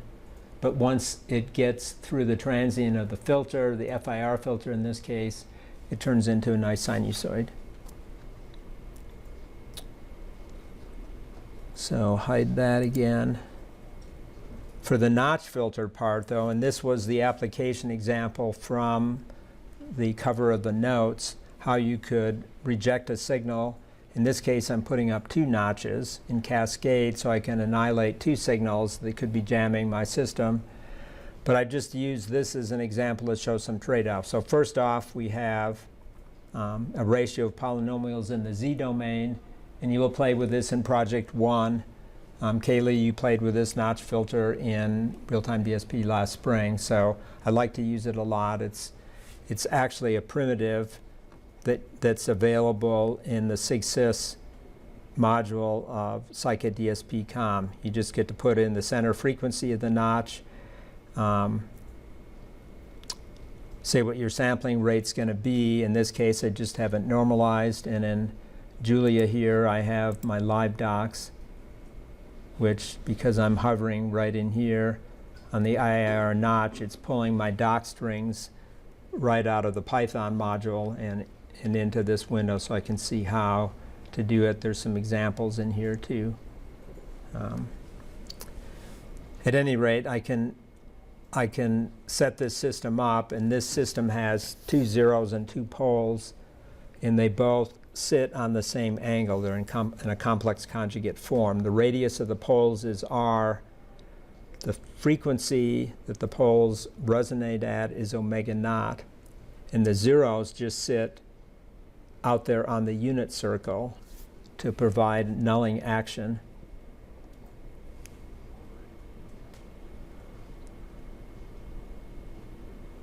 Here's where I designed the low-pass filter. I just designed the low-pass filter using the Remez low-pass filter and set some parameters for it.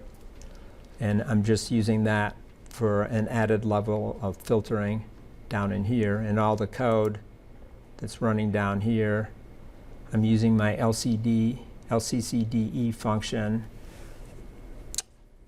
to pass through a couple levels of filtering and the upsampling operation. So I'm upsampling and I'm passing through 2 different filters. The 2 notch filters are cascaded together, I believe. And then I'm passing through the interpolation low-pass filter. Again, I don't really want to dwell on the mechanics of that, but I'm pretty sure I've got this on the website. I just wanted to show you what are some of the characteristics now and what might be an engineering trade-off, and how the pole and zero idea gives me a visualization, which we'll get to in a later chapter, about how pole zero geometry leads to an interpretation of frequency response. So in this particular configuration, I've got a 0 here and another 0 here. And remember, in the z-plane, when we want to get the frequency response, we're sweeping around in the z-plane on the unit circle. And when we hit a 0, it's just like the tent pole and the tent stake idea. We're hitting a 0. We're going to tie down to 0, or in dB minus infinity. So those are where those zeros are located. And if I change the notch filter frequency, which I've got set up over here with a slider, suppose I lower it down, you can see that the notch is moving over and tracking that. So it's lower in frequency. It's lagging because the graphics is running so slowly. And of course, if I push this one up higher in terms of normalized frequency, I'm going to move that one out. On a system that has a good graphics card and not doing video processing that I'm doing, this is very fluid. That's one of the things I like about Julia. You can make an interactive dashboard kind of a thing. So what I can also do here is I can control the pole radius. Right now the pole radius is at 0.76, and if I make it tighter, closer to 1, you can see the poles are going to move up closer to 1. And notice on the frequency response plot, if it's keeping up with it, sort of, you can see how the response in the notch gets to be flatter, and it's just like a thumbtack taking out that one frequency. It's not taking out frequencies close to the notch filter, which would be a good characteristic, right? Don't take out good signal, just take out if it's a narrowband jammer or interfering tone by putting them at 0.99, and that's pretty extreme. So I'm going to back this down again, make it be sloppier looking. It'll catch up in a moment here. Okay, so it's kind of back to where we had it. And now what I have to do is I have to look in the time domain, the input versus the output. So right now I do not have anything at, I do not have the sinusoid I'm putting into this system. I don't have a notch set there to annihilate it. So I'm going to set my set this guy up to 0.1. What we're going to see then when it gets up there, we're going to see the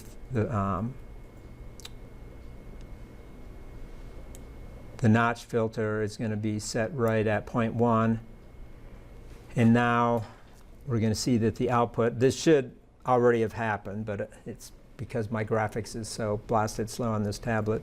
We're seeing that the sinusoid is getting annihilated. This notch that's set up over here is not doing anything because there's no signal there, but we've tuned the notch at this frequency to a normalized frequency of 0.1. That's the frequency of the sinusoid, so we're removing it. In the example in the notes, I think I had 2 sinusoids. I don't remember what I had. I got rid of a sinusoid though, and that's what I'm showing you right here. But what I want to show you is, okay, there's a transient that we have to go through with that notch filter before things settle down. If I make the notch perform better for not removing nearby signals, like I'm doing right now, it's just taking a while to get adapted. I'll drop that off to 0.6, maybe 0.92. You can see that by making the higher quality frequency response flatter and more of a pinpoint notch, there's more of a transient because of effectively in an analog filter design we'd call this Q, the Q factor, the quality factor of the resonator. So from an engineering standpoint, you can see that there is a trade-off in here. If you want to have a really high performance notch, you also have more of a transient that has to die out in trying to annihilate the signal because you're insisting upon, you know, a flat frequency response for the notch around the notch frequency. Maybe I'm not making a big enough point about it, but you can cascade multiple notches like I did here to remove multiple interfering signals. But if you want to make the highest performance notch, then you have a transient issue. So what does that mean? It would mean that if a signal comes up at that frequency, it will get annihilated, but there will be like a burp sound that comes through the system, a little bit of a transient that has to decay before it goes away. And that could be damaging. So it's a trade-off then. So if we make this radius smaller, we don't get as flat of a notch, but the transient is much shorter. So a system like this lets you kind of explore things like that. That's kind of why I built it. I was getting fascinated with being able to put knobs in my algorithms and then hand tune things and visualize what's going on. It doesn't work well on this tablet though. It works really well on my Windows with NVIDIA graphics and my MacBook with NVIDIA graphics.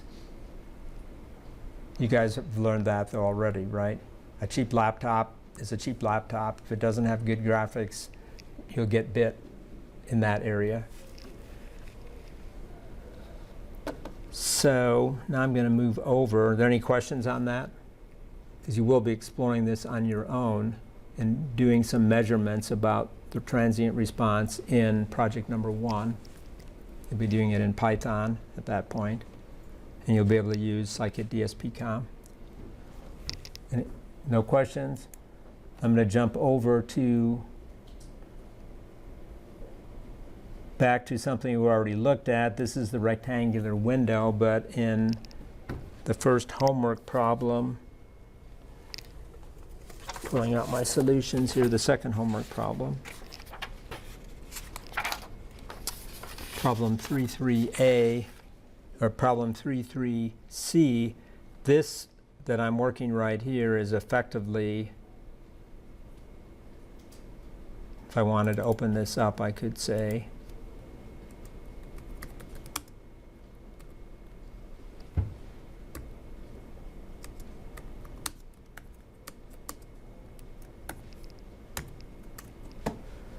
if I was to set A equal to 1 in 33B, then I'd have the foundation for working part C. Remember, you're convolving two rectangles together, and that gives you the triangle. We talked about that last time.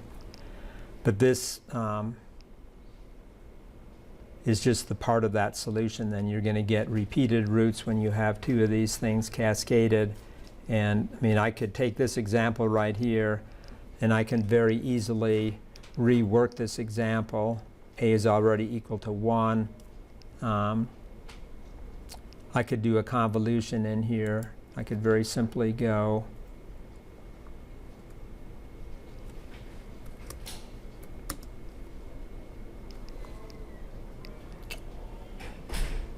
just trying to remember, I've got that going up to n.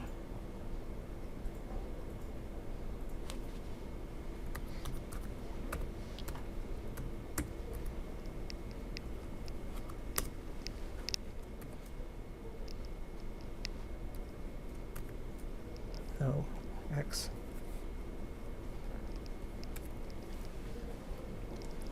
So I can do that.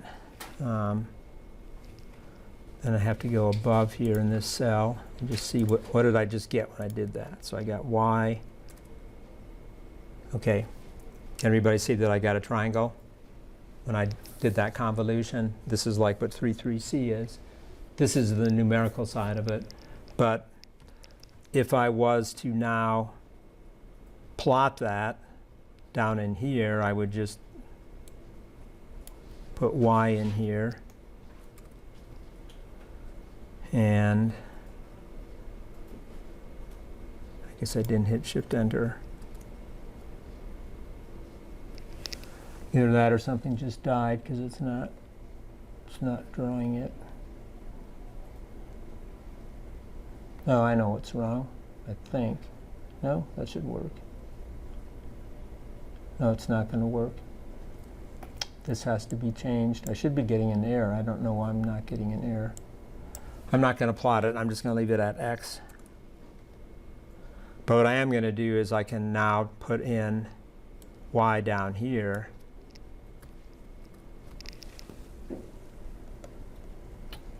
And we're seeing the impact of the longer sequence, and we're seeing the impact that the z transform of the rectangle pulse times the z transform of another rectangle pulse is like convolving in the time domain. It's multiplication in the z domain. So we're seeing the fact that we've got double zeros on there because we're convolving in the time domain, so it's the product in the z domain. So we have everything having a square inside of it, both the numerator and denominator.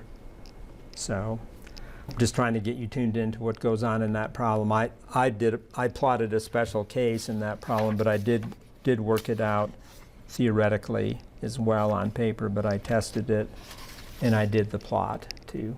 I mean, I could have done that up here. I could have just done stem y to get something like that. Because this is problem 33C. And I go through this in the hints page too. I put that up the other day, so I've got B that I'm talking about from the notes right now, which isn't a sign, but it's the jumping point to get to part C. And then I lead you through some of the hints that I've been talking about right here. Problems I've been talking about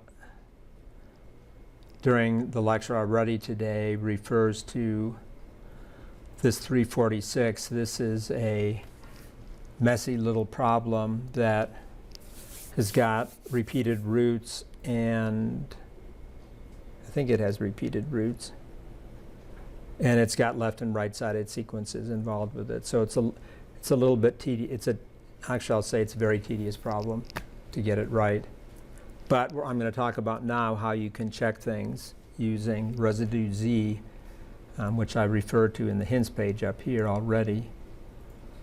And I guess since I'm right here, what is this problem about that makes it harder? This problem has block diagrams in it which require a knowledge of working with block diagrams, which probably would have been in 3205. It would be part of control systems right now. So while I'm here, I'm just going to go grab at that. Is that good? I'm being disjointed, but I'm so close, I might just as well talk a little bit about that. So I'll just go over to this thing where I was.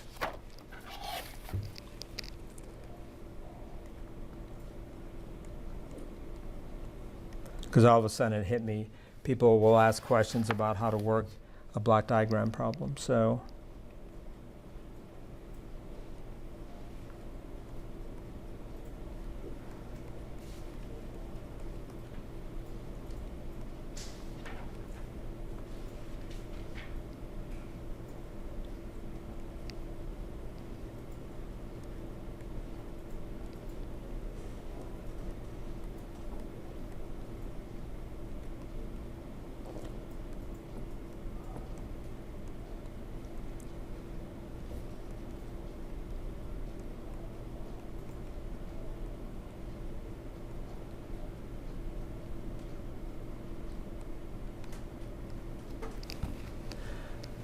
and there's a label in here, V of n.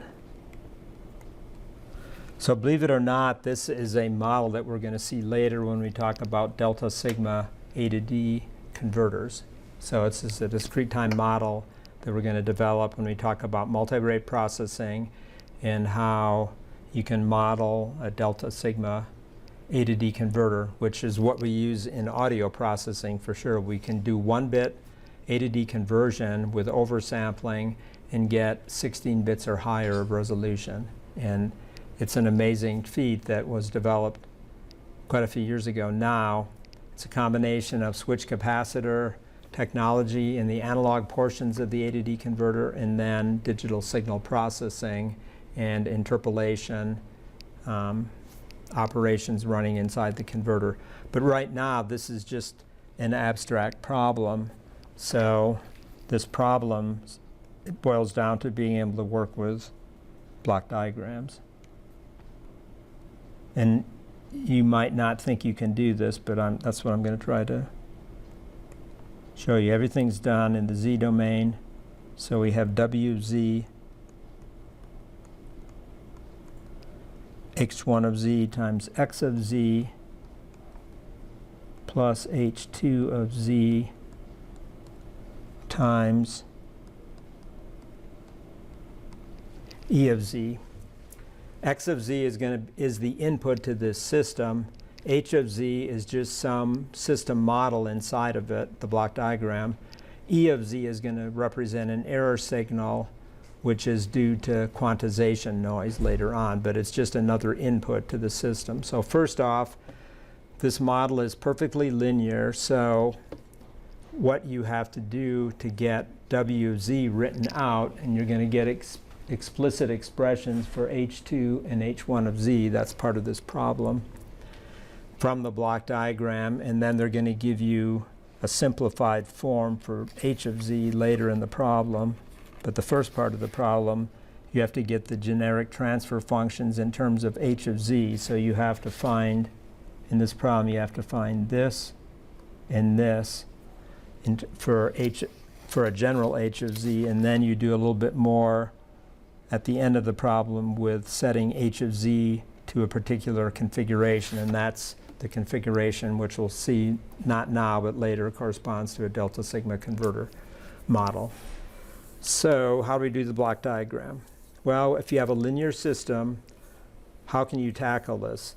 the problem is already set up to show you that we're going to form the output in the z domain w of z as a linear combination of the two inputs, x of z and e of z, the z transform of those inputs. And then you have the respective transfer functions or system functions that relate the effective transfer function or system function that x sees in getting to w, and then e sees in getting to w. And those are the h1 of z and the h2 of z. Is that good? Kaylee, you're taking control, so you're good at working with block diagrams probably, or at least you've been using them for probably part of the semester already, right? Yeah, it actually helped me make a connection, because initially when I in control I was kind of confused why I couldn't make a simple output over input for something when a disturbance was coming in. Okay. But Now you're good at it.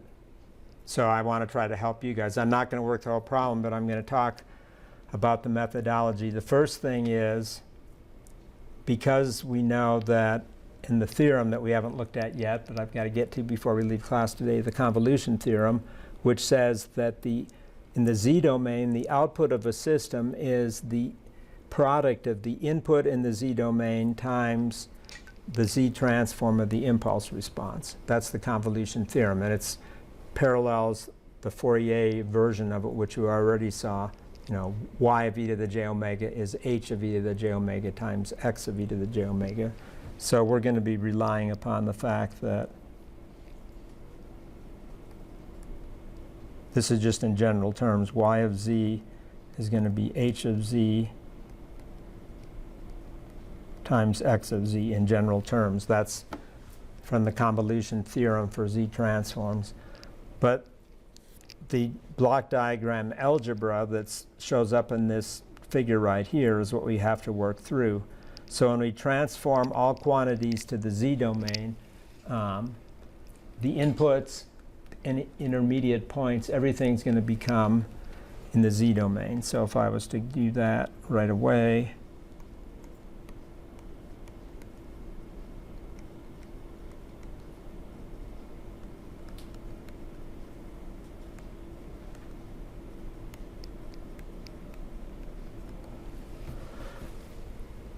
okay, so now I'm set. Now I just need to hold on to my seat and take off and solve this out. So what we're going to do is we're going to use superposition. So we're going to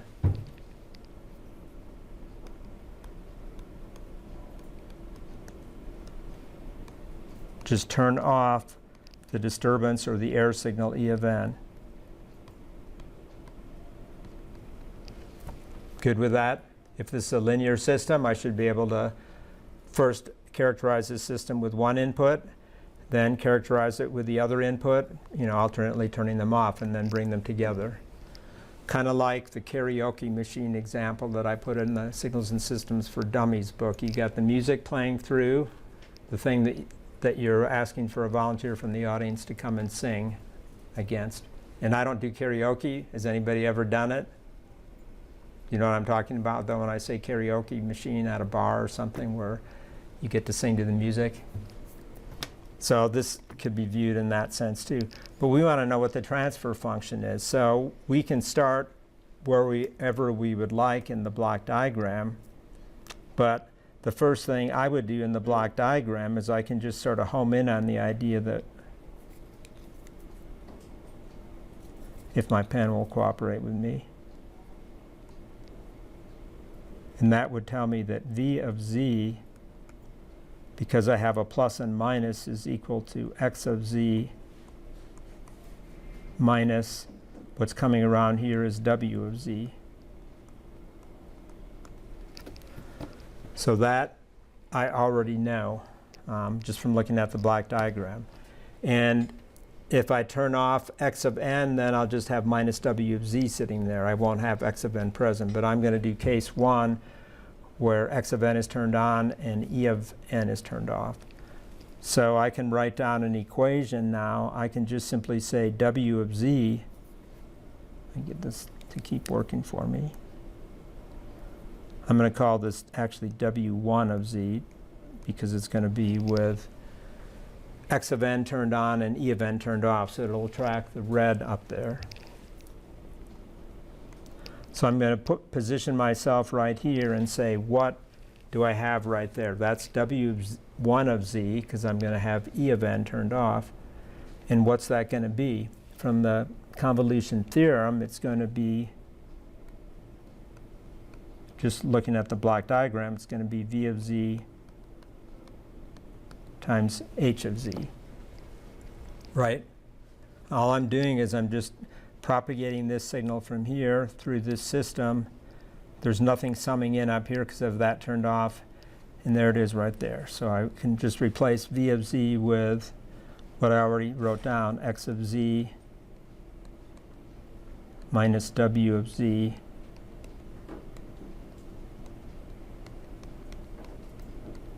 times H of z. And now it's just, and this is actually W1 of z, because we're doing it under the situation of excitation for X, E turned off. So now I just rearrange the algebra, and I'm going to move the W1 terms to the left-hand side. So I'm going to get 1, and I have minus W of z times H of z, so that's going to be a plus.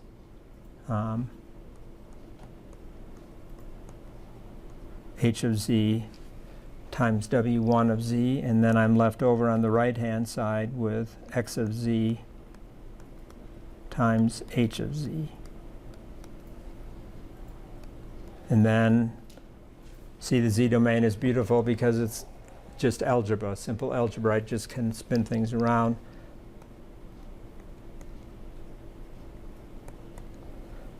It's going to be X of z times H of z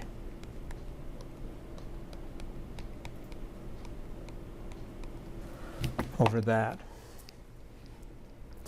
That's it. So by definition then,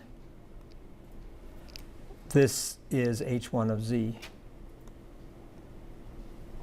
My pen is acting really slow. It's not even catching up right now. It's messing up.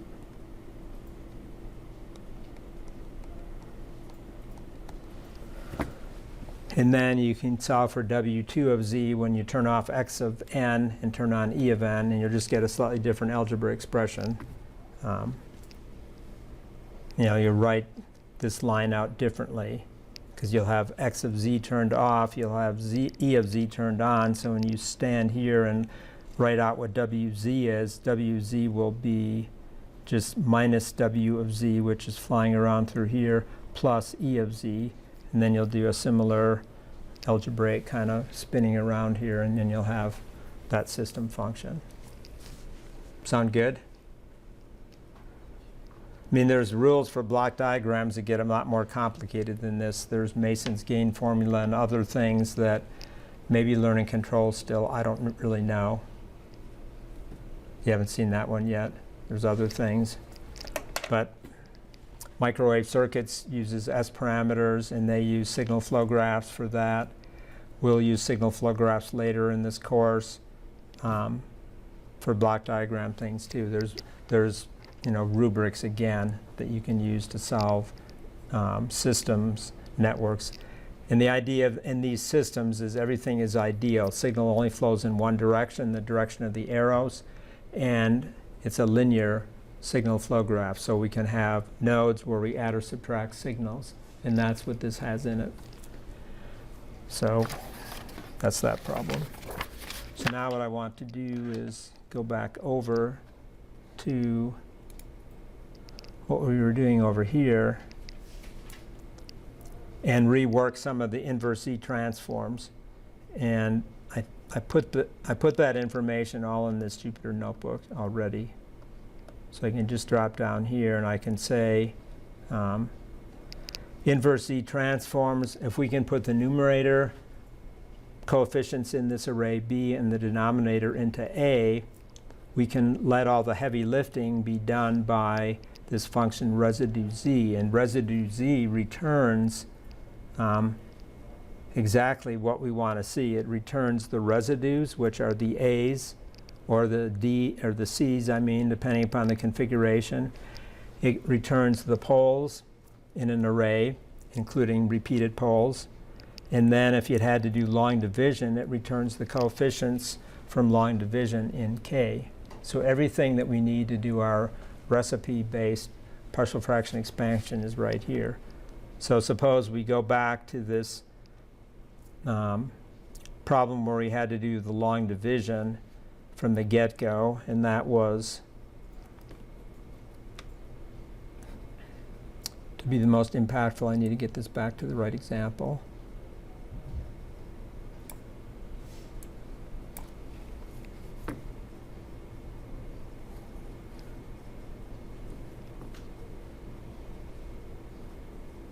So that was this example, and what we're looking to see is when we go through the partial fraction expansion, we're looking to see, where I say finally, we're looking to see all that information come out of from the residue z function, the coefficients there, and then the roots. So I go over to here, and I load it up. This is the numerator, 1, 2, 1, right from here, and then the denominator is 1 minus 3 over 2, and then plus 1/2. I wrote this a long time ago. Python changed its rules. It used to be that whenever you divided 3 by 2, you would do an integer division. Okay. Oh, I hit the wrong key. But now you get 1.5, which is good. And now if you want integer division, you have to do 2 slashes to do it. But when I originally wrote my code base, I had to handle Python 2 point whatever rather than Python 3 that we're using now. So I got in the habit of doing that. Otherwise, I wasn't getting what I wanted. But now Python's changed. So at any rate, that's why the points are in there, just to make sure it became a floating point number. So then I pull those 3 out, and then I just use a print statement so that I can see what I'm getting out of there. So R is the residues, minus 9 and 8. It tells me that the poles, P, are at 1/2 and 1. And then it's telling me there's a 1 long division term, and that's 2. So going back over here to this, the numbers are correct. I'm getting from the long division a 2, and no other terms from long division. I'm getting a minus 9, and that minus 9 goes with the order here. So this minus 9 goes with that root at 0.5. This 8 goes with the root at 1, so they track each other. You don't mix and match them. So that does it. Check your work this way is what I want you to do, is just you can easily check it and be convinced of what's going on. This has nothing to do with ROCs though, so you have to properly interpret what you get from this with the ROCs, but it does tell you what the coefficients are. So here's the repeated roots example, and in order to make that one work, I'll just show you what I'm doing. Because I'm lazy, rather than multiplying this out, I have to put in the full denominator all in one big swoop. So I'm going to do a couple of levels of convolve. I guess I didn't need that because I already did it. So I'm going to convolve this guy with itself. So the coefficients 1 and minus 1 times the coefficients of 1 and minus 1. This is something I think they mention in 2610 or 3205. Polynomial multiplication can be reduced down to convolving the polynomial coefficients. That gets you the coefficients of the new polynomial when you multiply it out.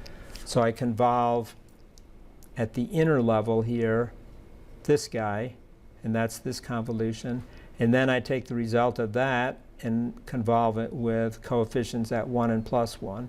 So this gets me the 3rd degree polynomial coefficients that corresponds to the denominator.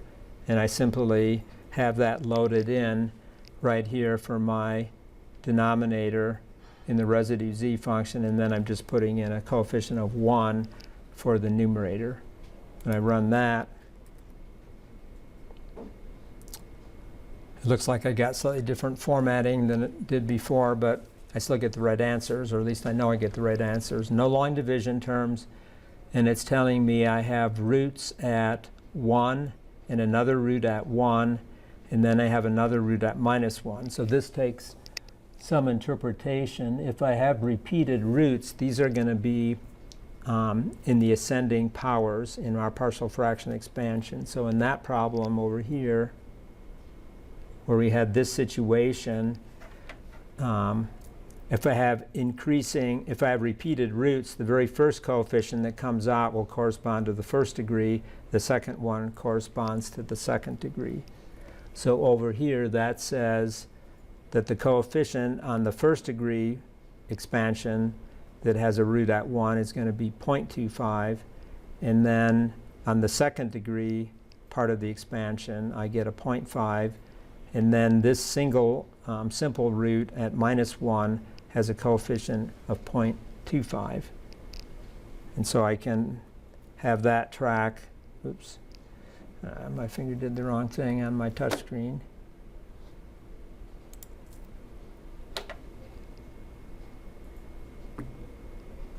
That matches what we got though. 1/4, 1/4, and 1/2.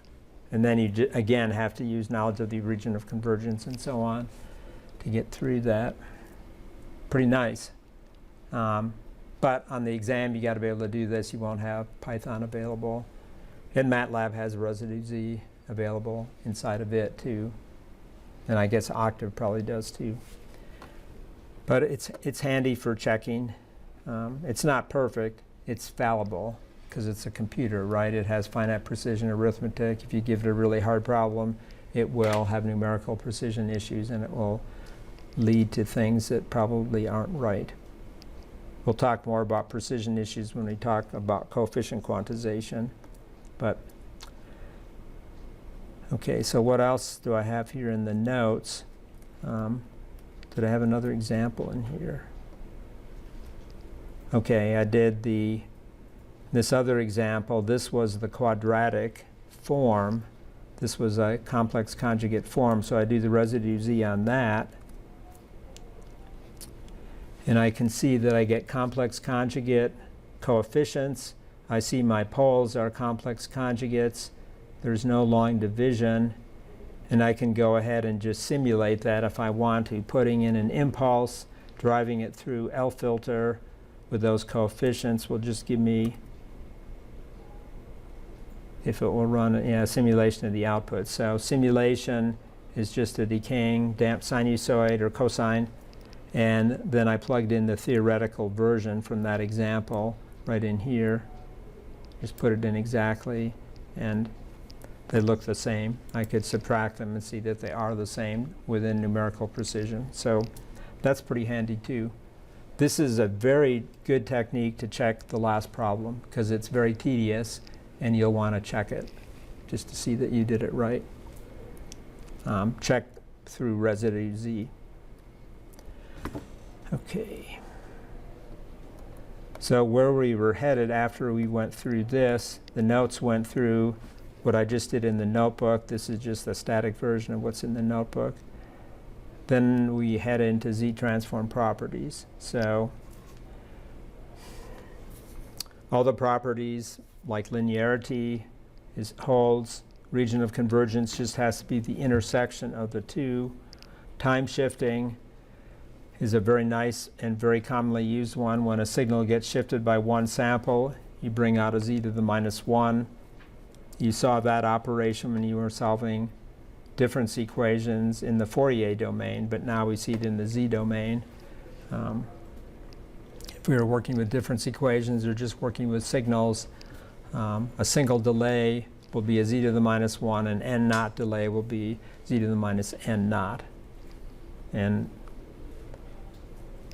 I've got examples of how you would use that delay theorem here. I did two techniques on this. I just said take what's up above there and just pull out to Z to the -1, and you would get an answer that corresponds to this guy right here, where you'd say 1/4 to the n minus 1 from the delay theorem, and then a u of n minus 1. If you did it by long division, you'd get something that's shown there, and how do you equate those two? You have to manipulate things around, but you'll see that they would be the same. So I would go with the delay shifting theorem because it's so easy to apply it. Just see that there's a z to the minus 1 or whatever, and just shift it. I'm going to skip over multiplication by an exponential.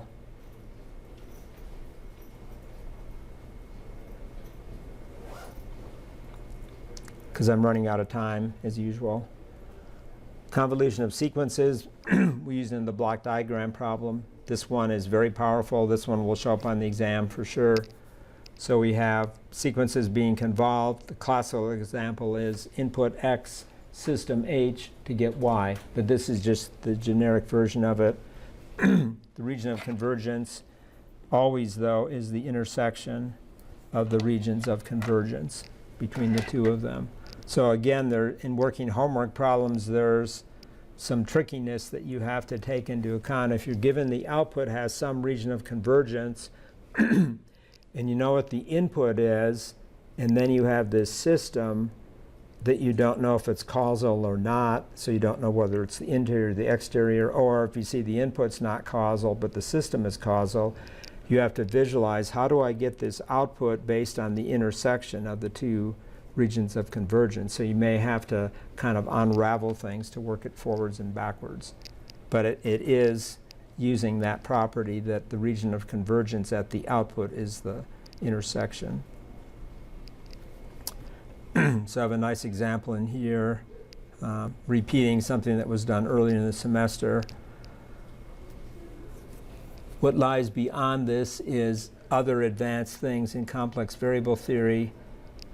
We're not going to do any of that. And then what lies right at the very, very end is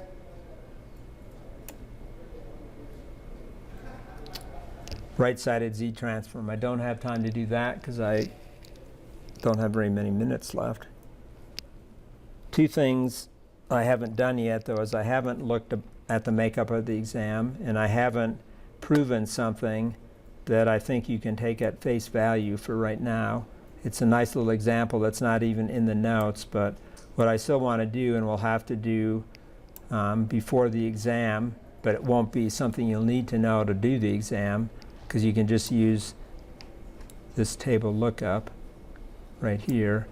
I want to prove that to you, but you can use it right here, or you can use what's in the table already, a slight variation of this. But I want to show that to you and how I can use theorems to get that. The other thing is talking about the old exams. So would you like to look at an old exam? Does anybody have something they've seen in one of the old exams that's puzzling? Because the solutions are provided. The ground rules for working the exam are going to be the cheat sheet that I provide on the website, and I'll bring some of those in. Sorry I didn't bring them out like I said I would. I forgot about it. But I'm going to run some this afternoon. I'll put them outside my office door, but I will bring one in.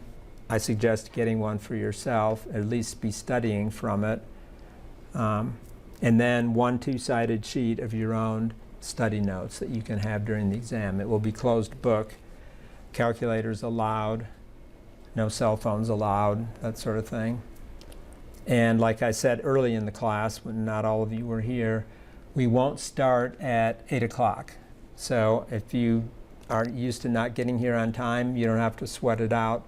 I'll probably break class off at 9, take a 15-minute break, and at 9:15, we'll start the exam. So we can go from 9:15 all the way to 10:15, and then another 20 minutes on top of that, and that's more than 75 minutes. that's all I expect for that you need to do the exam. More time is more waste from my experience. So you can ask any last minute questions beforehand. I'm going to do a few little things. I'm also wanting to possibly get you started on the project, or at least introduce it to you, because there's going to be a lull here. You're going to take the exam. You'll have turned in set number 3 on Friday, and you're going to say, I just got finished with this exam. What am I going to do? I'm going to be bored, right? So I'm going to give you something you can start to look at if you want to. Start looking at the project during this downtime. I realize you have other classes and they're probably running exams too. So what I would like to do though is pick one of these two. Which one do you want to look at with a few minutes that remain? You care? I'll pick the most recent one.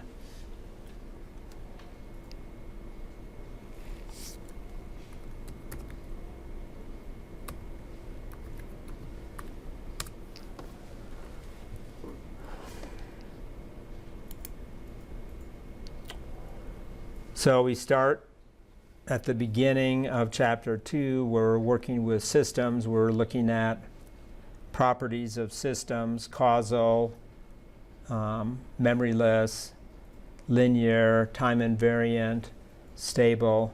So this is an example of a system where I first ask you to sketch it, the impulse response. So you're going to replace x by delta, and then you have to sketch it.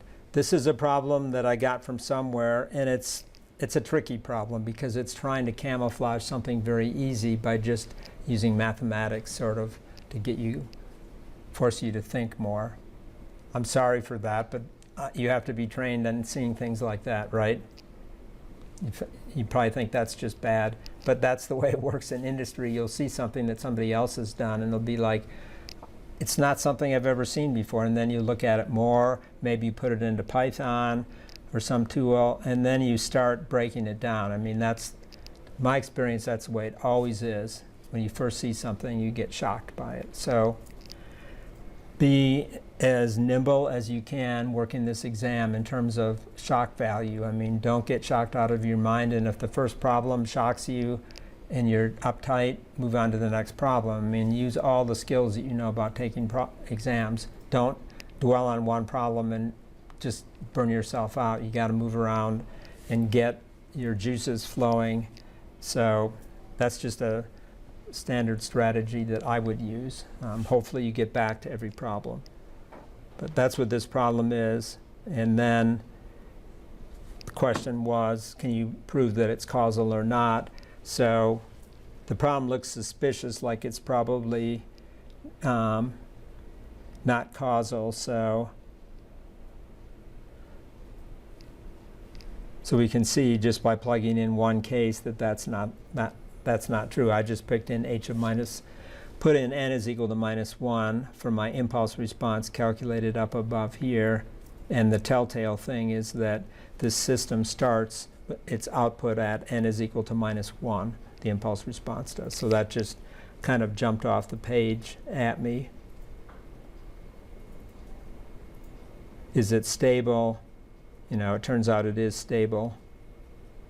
I can't get my cursor to work, but turns out it is stable. And I used the fact that it's LTI and used the theorem that we used in the homework problems. So that'll have to be on your crib sheet if you can't remember it. I a lot of times back my solutions up later on with little simulations. Yeah, you can't do that taking the exam, but it's nice to know that I do things like that because I want to make sure I know I'm working the problem correctly, so I'm not grading it improperly and have to start all over again because I made a mistake and you guys were right. Sometimes I can't get a concurrence. I will see about 5 different answers to a problem across the class, and I'm like, okay, I better figure out what's going on here because nobody's agreeing on the same answer. Difference equation solving. There will be something with characteristic polynomials. This is a good example of what I would probably have you do, though, where I want you to be able to use some of the classical solution techniques, but it's not a full-blown problem, is what I'm going to force you into at least one problem like that. So you have to be familiar with that idea to do that.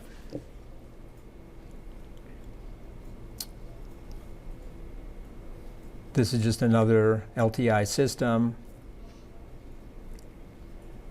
where you're having to do a convolution. So there'll probably be something where you have to convolve. In this case, you're convolving with delta function, so that makes it very easy.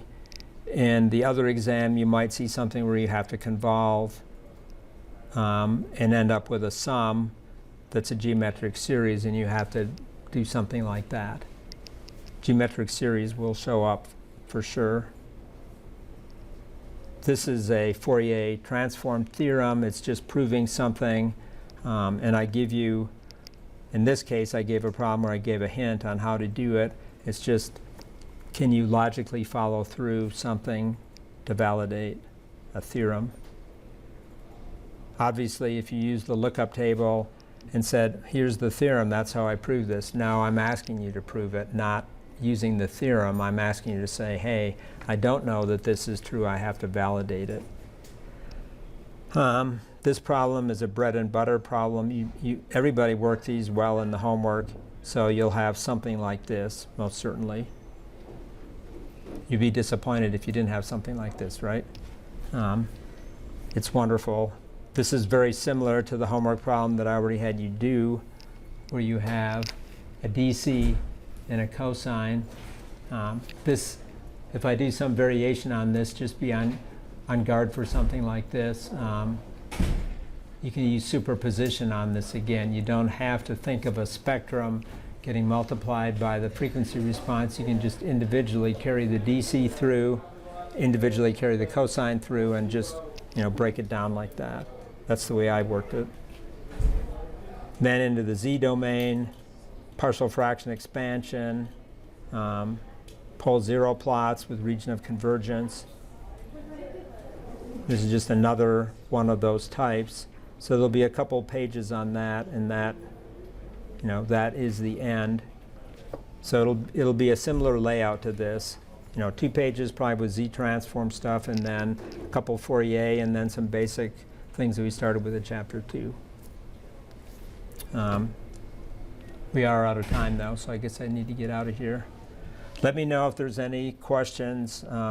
Like I said, I'm going to start working on it this afternoon to get a handle on what do I want to do for my last time to write an exam in this class for exam 1.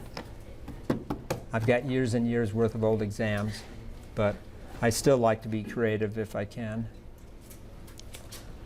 Have a good rest of the week, and we'll see you on Wednesday. Definitely use Slack or email or something. If something's happening and you're not going to show up, I want to know. And nobody has talked to me about testing center needs. If that's going to be popping on me at any moment, I definitely need to know about testing center issues, if that's where some of you want to take your exam.